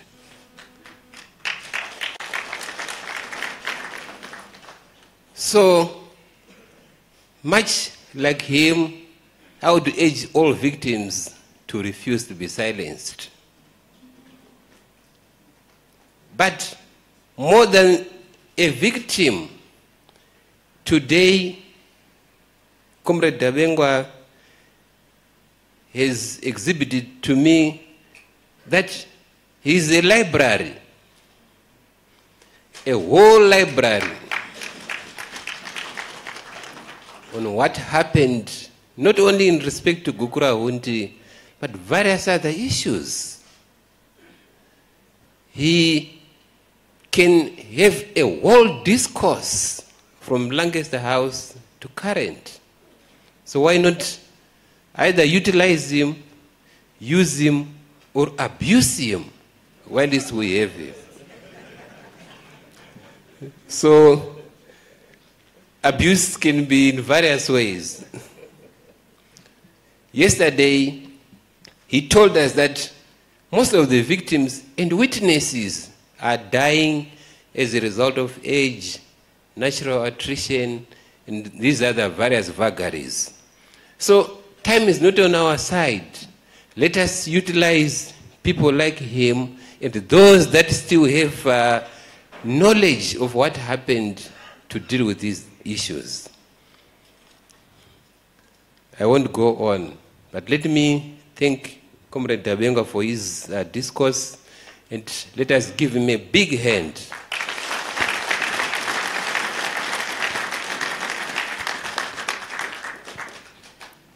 I think for now we are done with our presenters. The most important time that we've been waiting for has now arrived, to give the audience the opportunity to dialogue, to ask questions, to comment, to make recommendations. So we'll take like 3 questions at a time or 3 interventions at a time. Then we move on like that. And to assist me in this process is my co-chair, Oseni, to take us through that. Oseni, thank you. Thank you. Well, let's give a clap of appreciation to Alec. Thank you so much. Because of time, let's not do a narrative. Please ask, it's your comment, or it's a simple question to the panelists, or you need clarification. We are free. So let's take, like what you were saying, 3, 4 people at a time. Excuse me, the mic, guys, you need to look at me. There's Babu Kumalo there, and let's take Senator Carter there at the back. And then there's the lady there by the pillar. So 1, 2, 3. Where's the other mic? There's the lady there by the pillar as well. Yeah, we'll come in, we'll give you an opportunity. Could we please start? Babu Kumalo, could you start? And then we can get to the other. Thank you. Like I said, I'm a preacher myself, so I'm not expecting sermons. Let's get to the... I do not believe that Gukurahundi itself is over. Because today, there are aspects of it that have not been responded to, particularly government acknowledging what happened. The victims that Sipo is talking about are probably living victims with rights. What are the rights of those that died at that particular time? And how are we supposed to handle those rights? The second question or comment is, we need to move towards quantifying the losses that we encountered as a people during that period. I know for certain we talk of 20,000 people. There could easily have been more.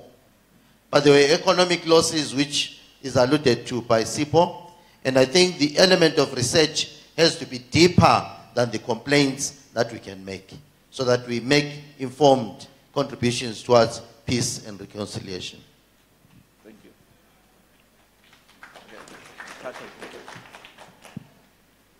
Thank you for allowing me to speak, and thank you for this forum.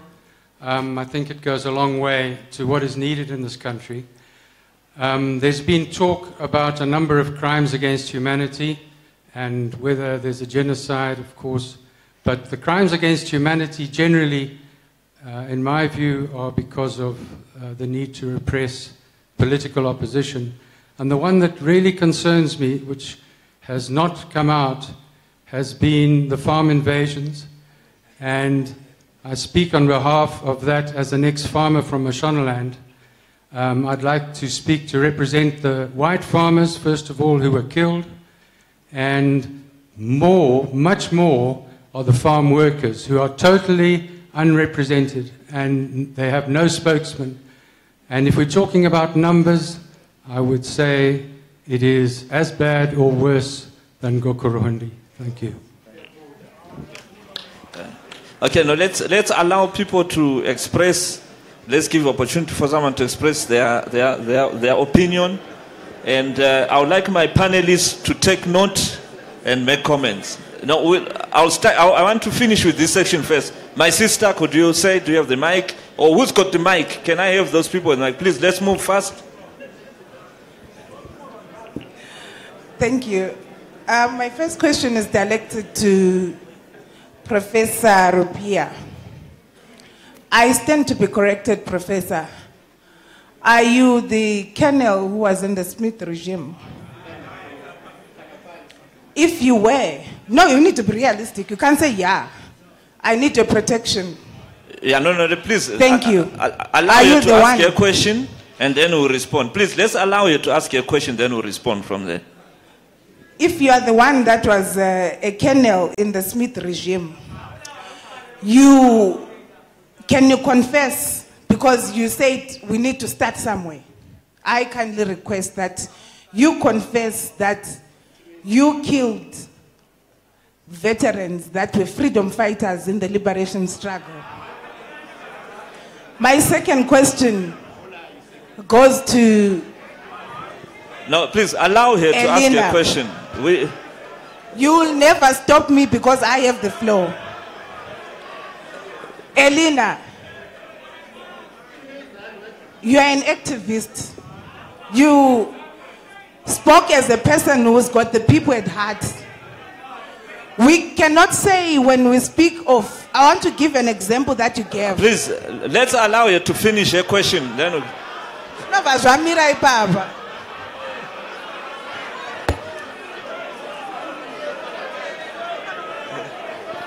Hello. Okay, we'll come back to that.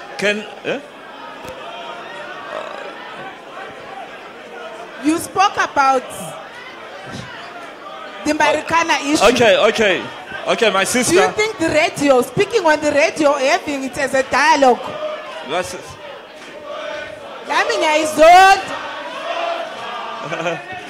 Okay, let's take the mic from here.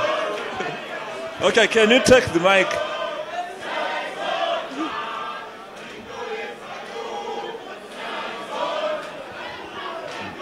Okay, my sister. Huh?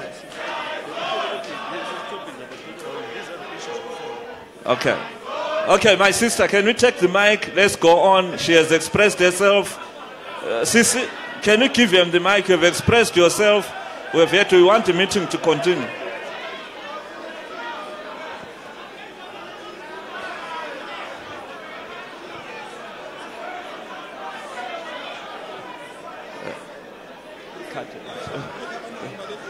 Yeah. Hello? Okay. Hello. Umkhuba buye ngapha. Come over this side. Come this side.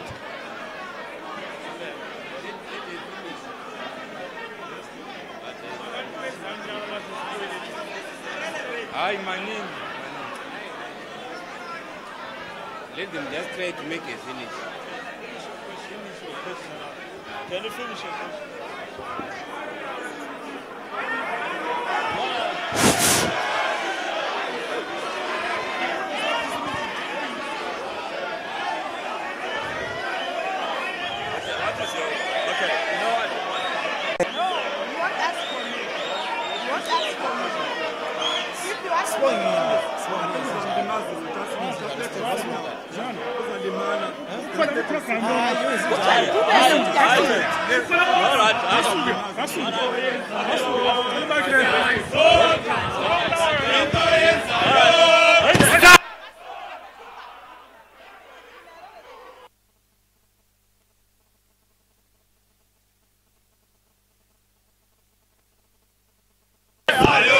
Okay, all right, guys. All right, Sesuga. All right, Sesuga. All right, guys, can you move back? Sesuga, all right. Okay, guys, listen. We are moving here out. Okay, thanks. Yeah.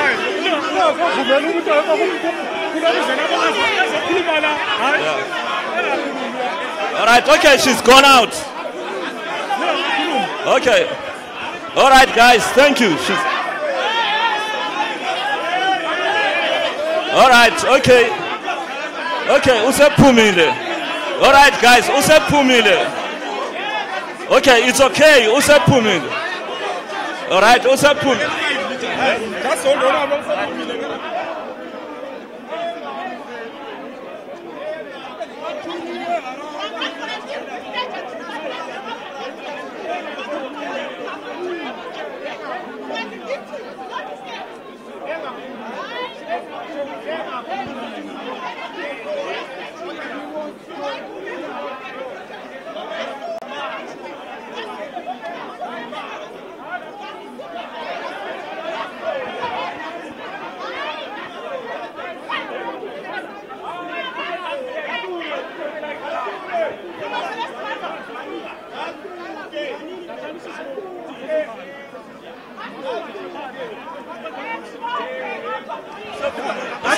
Let's just go. Yeah, all right, guys, all right, can you move backwards, okay? All right.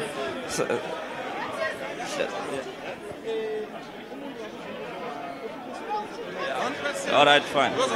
Yeah, okay, fine. All right, thank you. Alfred.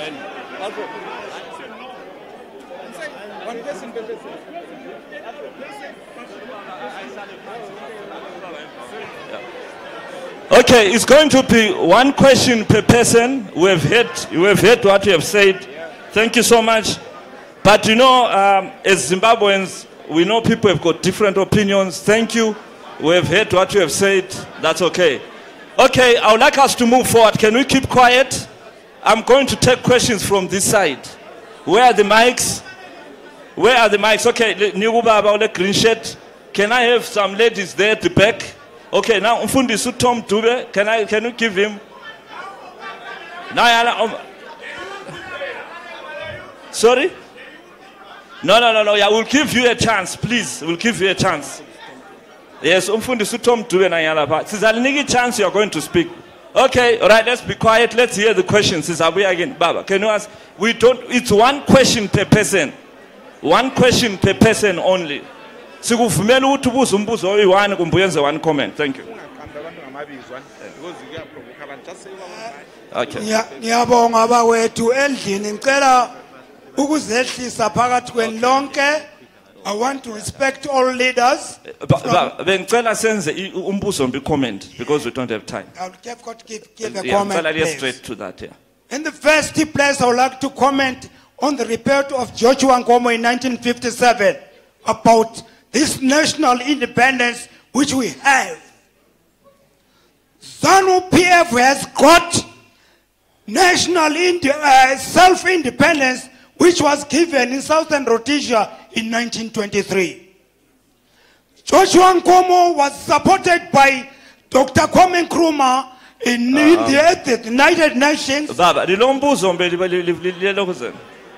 I would like to comment. It's funny comment here, one sentence, Baba. Still have time. Please. Right. Straight to your point. Let me get straight to my point. Yeah. Now we are all talking about Gukurahundi. Gukurahundi is fulfilling the mission of secret agreement between ZANU-PF and Southern Rhodesian government. As our president has said that there were certain talks between Smith and Mugabe and the rest. Now, Now, I-comment yenu uyiphi baba?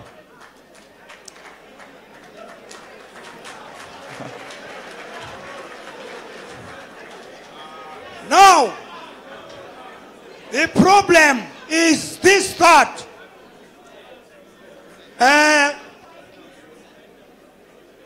Mugabe has, and his group. Yeah, I think Baba said khuluma indawuzeni any question yenu umbi comment. I just switch him off. Now it mbuza uthi Ngicela the next person olelo kuzeni ole mic. Yeah, okay, thanks. Then next question.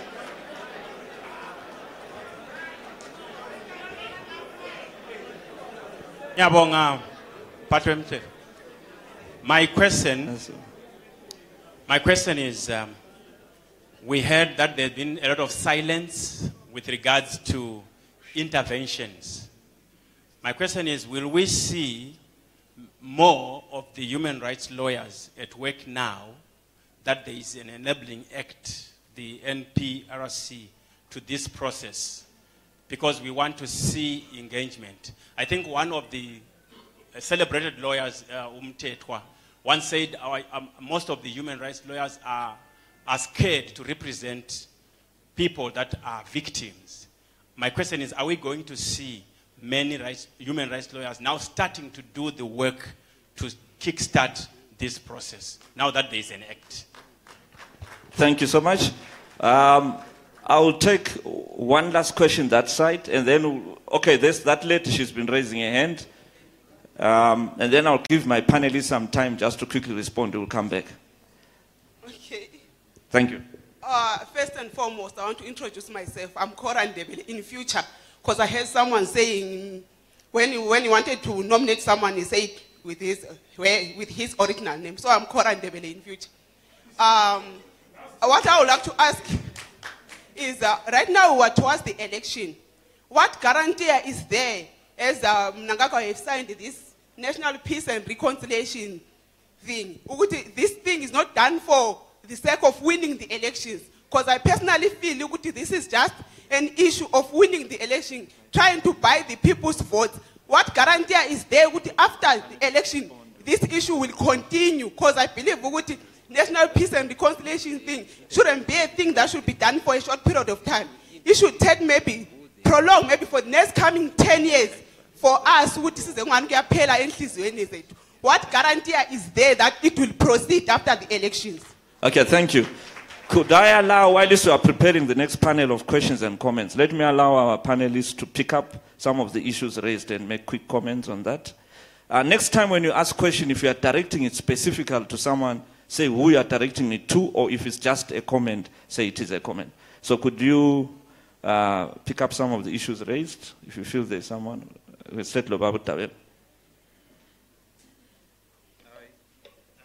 to respond to the issue of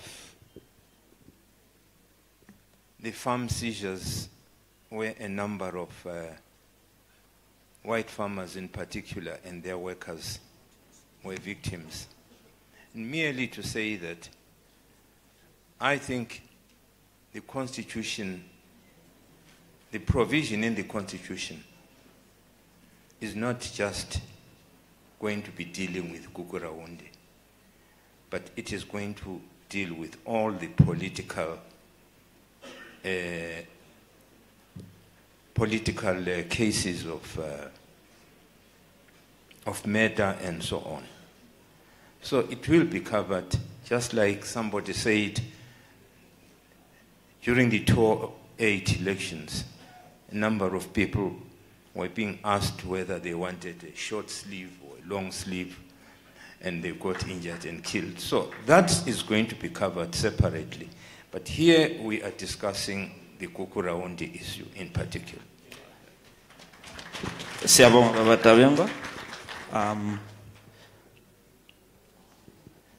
Yes, I can't answer the question because the lady wasn't allowed to complete it. And I want to say I would have wanted to answer it. I'm told she's CIO. Even if she's CIO, I don't care. She can answer the question, and I'm happy to take on CIO. I'm not afraid of CIO. We had a meeting here before in this hotel where CIO people came. We're talking about transitional justice. I think Pastor Motsi was there. Yes, I was. And they actually came and they told us, in fact, the hotel manager said to us that CIO is here and they want to observe the meeting. And we had a debate amongst ourselves. And then we agreed that because we're talking about transitional justice, maybe it might be a value, they might learn something, as long as they come and respect the protocols of our meeting. They did come, they did sit there. One sat in our group when we did group work. Afterwards, he came to ask me for notes. And I said to him, comrade, it's your job to do notes for your bosses. Don't come ask for our notes. But we did engage them.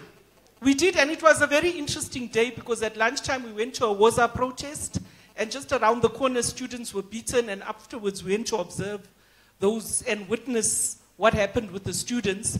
So there is a process of engagement, and the lady didn't interrupt me while I was speaking and harass me as I did yesterday. I would have been quite prepared to hear her question, and I would like her to ask it. She can send them, someone can get the question, and I will answer it, because I think these people must be answered, and they must be put in their place. And if we allow dialogue, I was prepared to answer her and tell her and put her in her place. So I think I'm appealing, please, comrades, let us not do what these CIO people did to us yesterday. Let us allow people to speak. As long as they respect the protocol of the room, please. Because otherwise, we then cannot have dialogue. We cannot have dialogue. Let us not emulate their behavior. Let us allow people to speak, and we have a chairperson. Of course, we can't say if there are 2, 3, 4 CIOs, then you put a stop, but let us apply some protocol of the meeting. Thank you.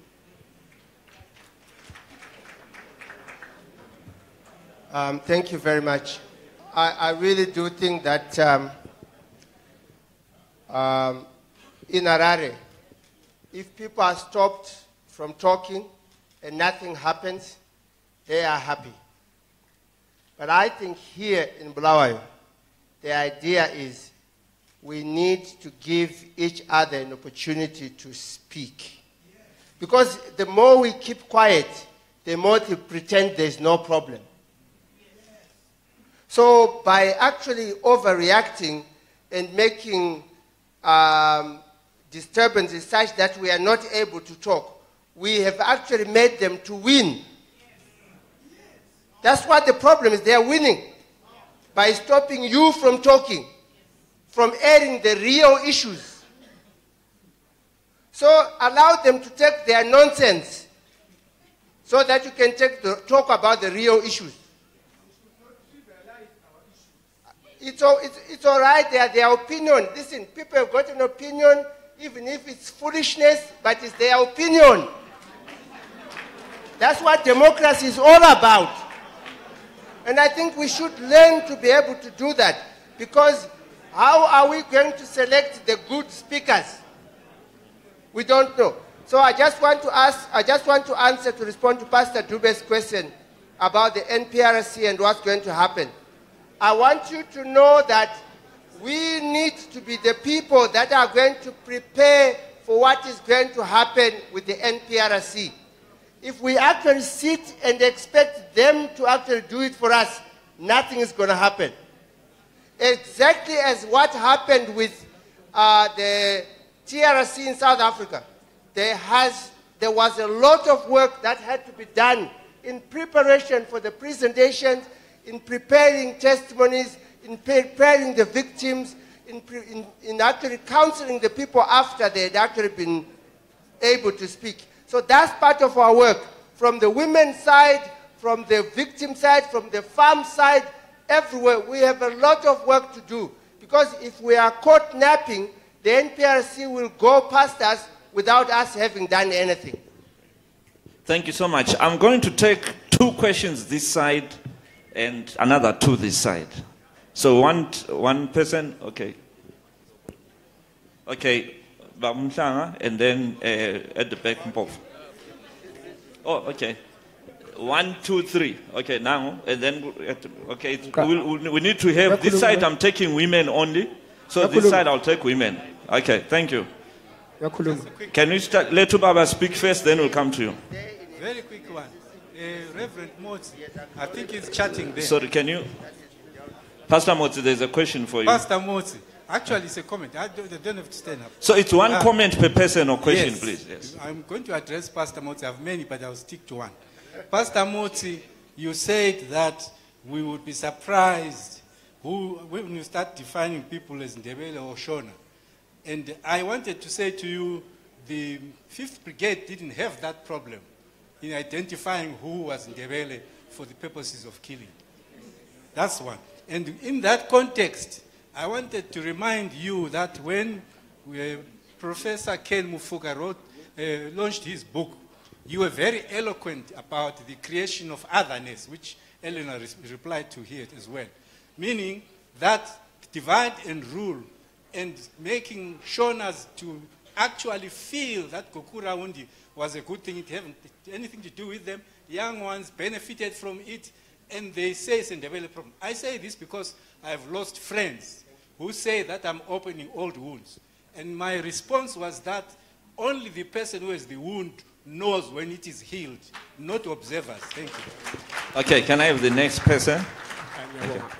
Ubaba Malunga ngiyabonga ukuthi linini. Baba Malunga kulento ezincane omele siziqondise nina nje.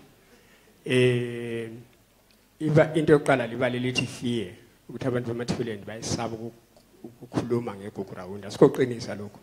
Abantu bemathebeleni baqalisa ukukhuluma ngeGukurahundi from day 1 beBulawayo. Bagijimele emachechi bafika bakhuluma ukuthi nangu umgabe esithumela amasotshes osibulala. Yikho okwenza ukuthi khona kube lani kube le report ye breaking free eyiyo esele edunga namuhla abantu bemathebeleni bagcwele umhlaba wonke ungavula ama WhatsApp abini bakhuluma ngeGukurahundi zonke ukuthi umgabe wasibulala. Okwesibili, chairman, it's not the beginning of the dialogue. I dialogue ngeGukurahundi, chairman, iqalise emuva le breaking free asuka lapho yangena kumbovane. Sikhuluma namhla abafana babe organize imbovane lapha bagcwele umhlaba wonke babaleka ngenxa ye-central le. Abanye base Britain abanye bekhuluma ukuthi asikhulume nini ngeGukurahundi. So this is not the beginning. Kusuka lapho kwabuya ini ibheju likaZulu.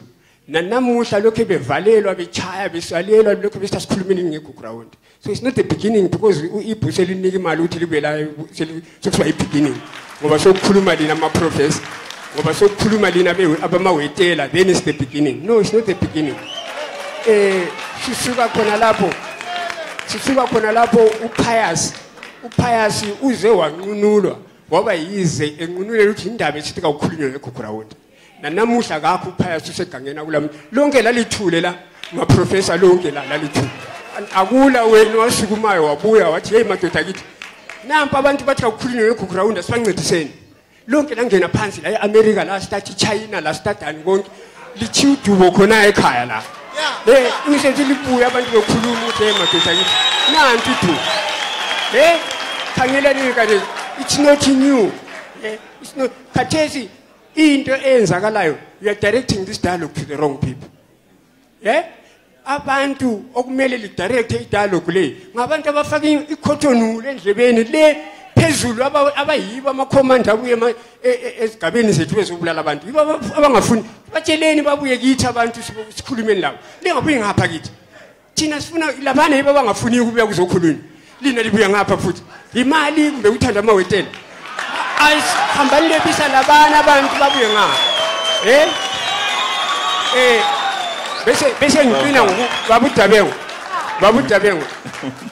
babudabengwa namhla ngwethulela ikepesi udabengwa mina ngubaba elupane siyakhuluma babudabengwa ilanga lize liphose liyetshona ngale sikhuluma ngokuthi babudabengwa wena nguyi-victim number 1 kodwa ususuke wachibilika wayaprotect abantu abayiba obaziyo wena ukuthi yiba bazosibulala usithula kawusakhuluma usidla lapho sikhulume babudabengwa namhla ube yindoda babudabengwa usungumkhokheli ngoba usulikhulumile iqinisa phambi kwabantu bonke. Ngiyabonga mntana ungathuli babudabengwa ngoba ungathuli uzakufala into le ngithe ngisenza ifilimu lawe babuDabengu ngathi ngiqeda ukufilima ngathi babuDabengu khuluma izinto lezi ngozaziyo ungathuli wama wathi hamhlanga mfana mntanami namhla indoda baba ngiyabonga kakhulu Sibonga kakhulu. Thank you. Can we have two women this side? Two women this side. Okay. May I please have two women this side? Yeah. Okay. After he is finished, I'll have two women this side. Thank you. Okay. Thank you. Please, can we allow him to speak? Can we allow him to speak? Thank you. Can we allow him to speak? Ngiyabonga kakhulu ukuthi umhlanga sekukhulumile some of the issues, but intando ukuthi ke sikhuzane la. We cannot be victims twice. We cannot be victims of 5 Brigade and victims of demanding dialogue. If there are people who think we will beg them to dialogue on 5 Brigade, forget it. Forget it. We will not do that. It does not matter what the academics, the social, whatever says. Asisoze sincenge umuntu ukuthi sikhulume laye ngohlupho esahlangana lalo. Ngawo ubona ngani siza kuncenga asoze sikwenze lokho. And as Mhlanga has said, it debate about Gukurahundi started openly as long back as 1998. I-mentality yonaleyo yokucompare i-5 Brigade lezinye izehlakalo has always continued. Ngama 98 when Umsika Nkala came a city wall, people started to compare Gukurahundi lento zabo mzilikazi. Today people start to compare Gukurahundi lento zama farm workers. When will this stupidity end? When?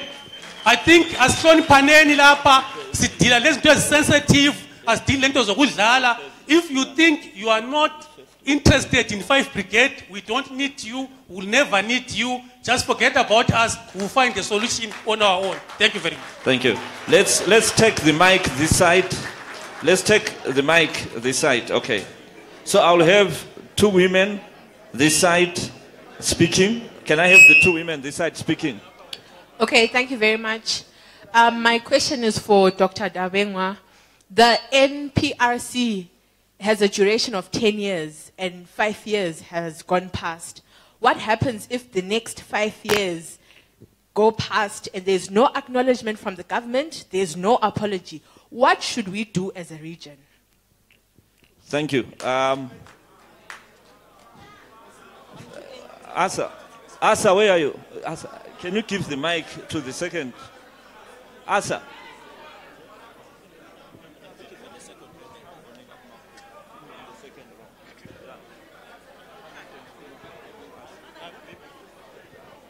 Okay. Nyabonga, Mr. Hussein. Can you make your comment fast? So, excuse me, can we allow them to speak, please? Nyabonga, Mr. Hussein. Ngithanda ukubonga obaba la umama abaphambili ngokuchasisa uhlupho lweGukurahundi. Umbuzo wami ukubaba uDabengu. Baba Dabengu mbona ngani namhlanje lilanga lokuthi sichaze izinto uyichazile sibili ngokugcweleyo. Kodwa bengilesifiso sokuthi ngawuchazile ukuthi kusiyaphela u1981 u1980 lo 1981 kwaba lokuxabana okukhulu kakhulu okwamasotsha. Kwakuvele kungayisiyo part of iconspiracy na eyokuthi ngapha beligijimisa entumbane ngale babefaka ezinye izikhali ezingayisizo zalabo ababefihle zabo. Umbuzo wokuqala lo. Then tell one question. All right, I said one question. Can I have some women? I need 2 more women, please, that side. Can I have women? Ngiyabonga ithuba lele liphiweyo. Ngifuna ukuchayela upresident wami uDabengwa ihlophe. Ngoba sithule sikhona apha namhla sithaba ukuthi nangu ukhulumile izinto. Oqala ezeye ejele.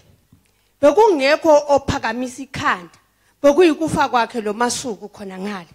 Asithini nxa kufikile namhla sibongile ukuthi nangu sesikutsheliwe and abanengi abakwazi ukuthi ubaba uDabengwa it's a first victim eZimbabwe la. Kathesi sizamile abasotsha sikhiphe umdlwane wokuqala kusalona lo siyawukhipha futhi lingawari endakula umuntu ozaba khona kwempatha siyangena kathesi ngoba iGukurahundi iqalele phandle kwelizwe liyabona ngingaka zange ngibone ubunandi beZimbabwe 20 years ngiphandle sidinga ukuthi sikhulule abantu ngoba thina sibo bantu bokubulala zange safika senza ubudlwangudlwangu labo baba oDabengwa labo baba uNkomo but abantu abazwisisa ukuthi ubaba lo nxa sesithi si revive izapho sifuna khona ukuthi iGukurahundi izwakala ihistory kayikho izipula ngeke uyizwe mina ngichayila umbhobho sizwile mama bese ngicela umama ucina then sebeza responda the last lady and then I asivumele nama panelists yes ngicela nisekeleni okay thank you ubaba uDabengwa ukhulume ngomuntu lo owe security owayeba briefer ibizo langikhona kanye lizwa ngaba baDabengwa njalo sicela ukuphumisele phakathi ukukhulume sibili ukuthi umnankagwa wenzani ungathi uyakuhunhuna ngicela umtshela ukuthi umnankagwa ngumbulali mina nginje njengo Anastasia Ndlovu umnankagwa ngimesabi ngumbulali how do we vote for umbulali how do we accept as Zimbabweans ukuthi siyebuswa ngumbulali honestly hayi mnankagwa singamvotelini bantu kahambe all right siyabonga let's allow our panelists may I have the mics this side I would like to allow our panelists to respond siyabonga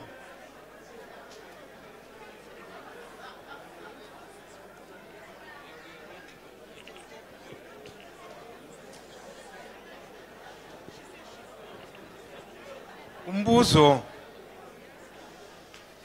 bengicela silalele nini bantu sokuhlwile itime yethu layo it's almost up so I want us to listen to this and then say yes thank you let's allow baba uDabengwa to respond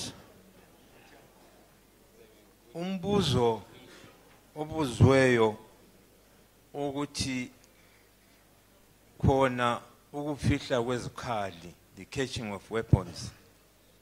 Was it not a conspiracy? I thought I said so. It was certainly a conspiracy. Whilst something was being brewed, the bringing in of the two Zipra and Zanda armies side by side in a populated area where civilians stayed. You can trace it from there and also say that was deliberate. We protested as commanders and said, no, you cannot allow that sort of thing to happen. These people have not yet integrated. So don't put them together. But the powers that be did not listen and had that. Hence the Ntumbane, the Kitungwiza, and other battles that took place between the soldiers.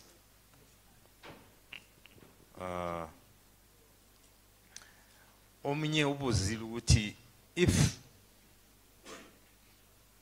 there is no acknowledgement by government of all these issues and no apology given, what do we do? Aye. That's the next stage. Lizakutsho lini ukuthi kwenzweni ngaleso sikhathi. Siyabonga. Ngizavumela amanye ama panelists ethu enza ama comment.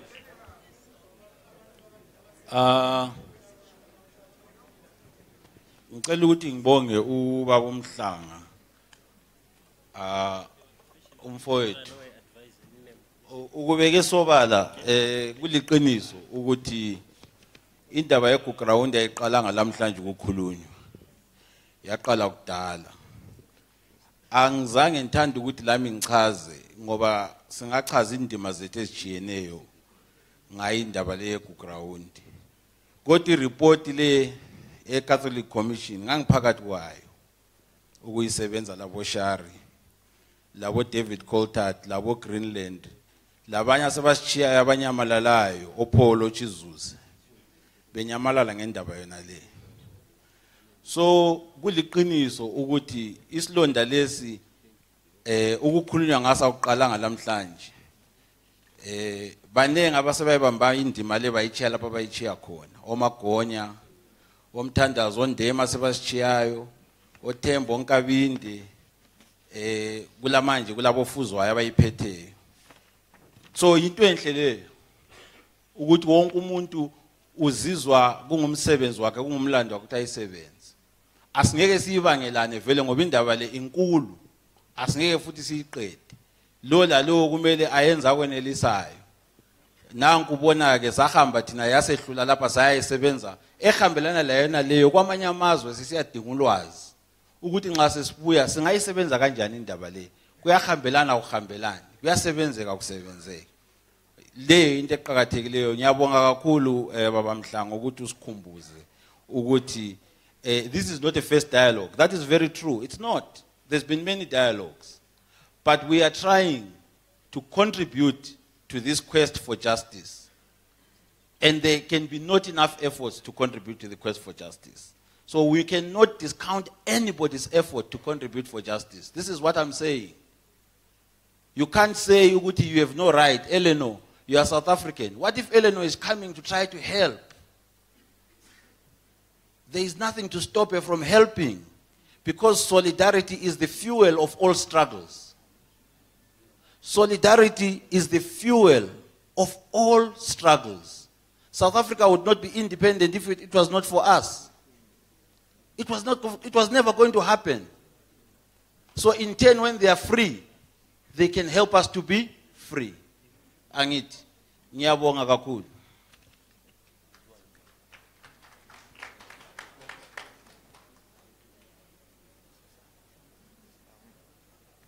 No, sibonge kakhulu. I think indaba le njengoba uSiphe khulumela umalunga, indaba ende singeke sayiqeda, needs a lot of time. Sesi overrane isikhathi sethu, and we want now to come to a closure. Ngisatsho njalo ngicela umfundisi uNetha abuye phambili. Bemfuna ukuthi limvumele ukuthi bantu ngibonge wonke umuntu obuye lapha. Siyakwazi ukuthi kulabantu abanengade ngikhuluma laba abadala apha ba experience iGukurahundi first hand, ababese Balagwe, bakhona ababese Khezi, ababese Nkayi. Siyabonga ukubuya kwenu sizodiscussa linto. Sibonga njalo omama obaba iyouth elalele yezwa lindaba. Ngivumelani njalo ukuthi mbonge ama speakers ethu. Bengicela silokhu zenini bantu ade bekhona namhlanje ubaba uDabengwa, sibonge umama uSisulu, ubaba uMalunga, uProfessor Martin Rupia, umfundisi uDr Motsi, lo Alec Mchadehama, who has been our chairperson. Siyabonga kakhulu. Allow us to close also to thank our organizations that put this together. iWild ngenga explainer basebenza labo mama, they are here based headquartered in Bulawayo. Ama church leaders that work through Christian Alliance, the SAPES Trust, Egababu Dr. Ipomandaza, who's really been working with us at various levels, doing research and so forth. Siyabonga kakhulu. I would like to ask Umfundisi Babu Netha to pray for us as we close. Baba Netha. Baba wethu siza kuwena ngegama lika Kristu Jesu. Sibonga ubukhona bakho, sibonga uNkulunkulu wethu lokuthi usinika ithuba lokuthi sikhulume ngezinto. Siyalithanda ilizwe lakithi Jehova, siyakwazi la ukuthi uyalithanda. Injongo yethu ukuthi izinto zibe lunge, zibe right Thixo. Sincede baba wethu uma singena ezindabeni ezinje ukuthi usivezele njalo lokuthi sihambe kanjani. Ngegama lika Kristu Jesu, oba lalowana besiya lapha bakhona, in the name of Jesus. Amen. Sibonge kakhulu mfundisi ngomthandazo. Siyabonga kakhulu inkosi libusise. We will have more time to talk. Sizal invite. God bless you. Abafundisi abakhona bendicela libuye ngapha phambili. Ama pastors that are here, please, lama bishops sethu, could you come this side? Siyabonga. God bless you.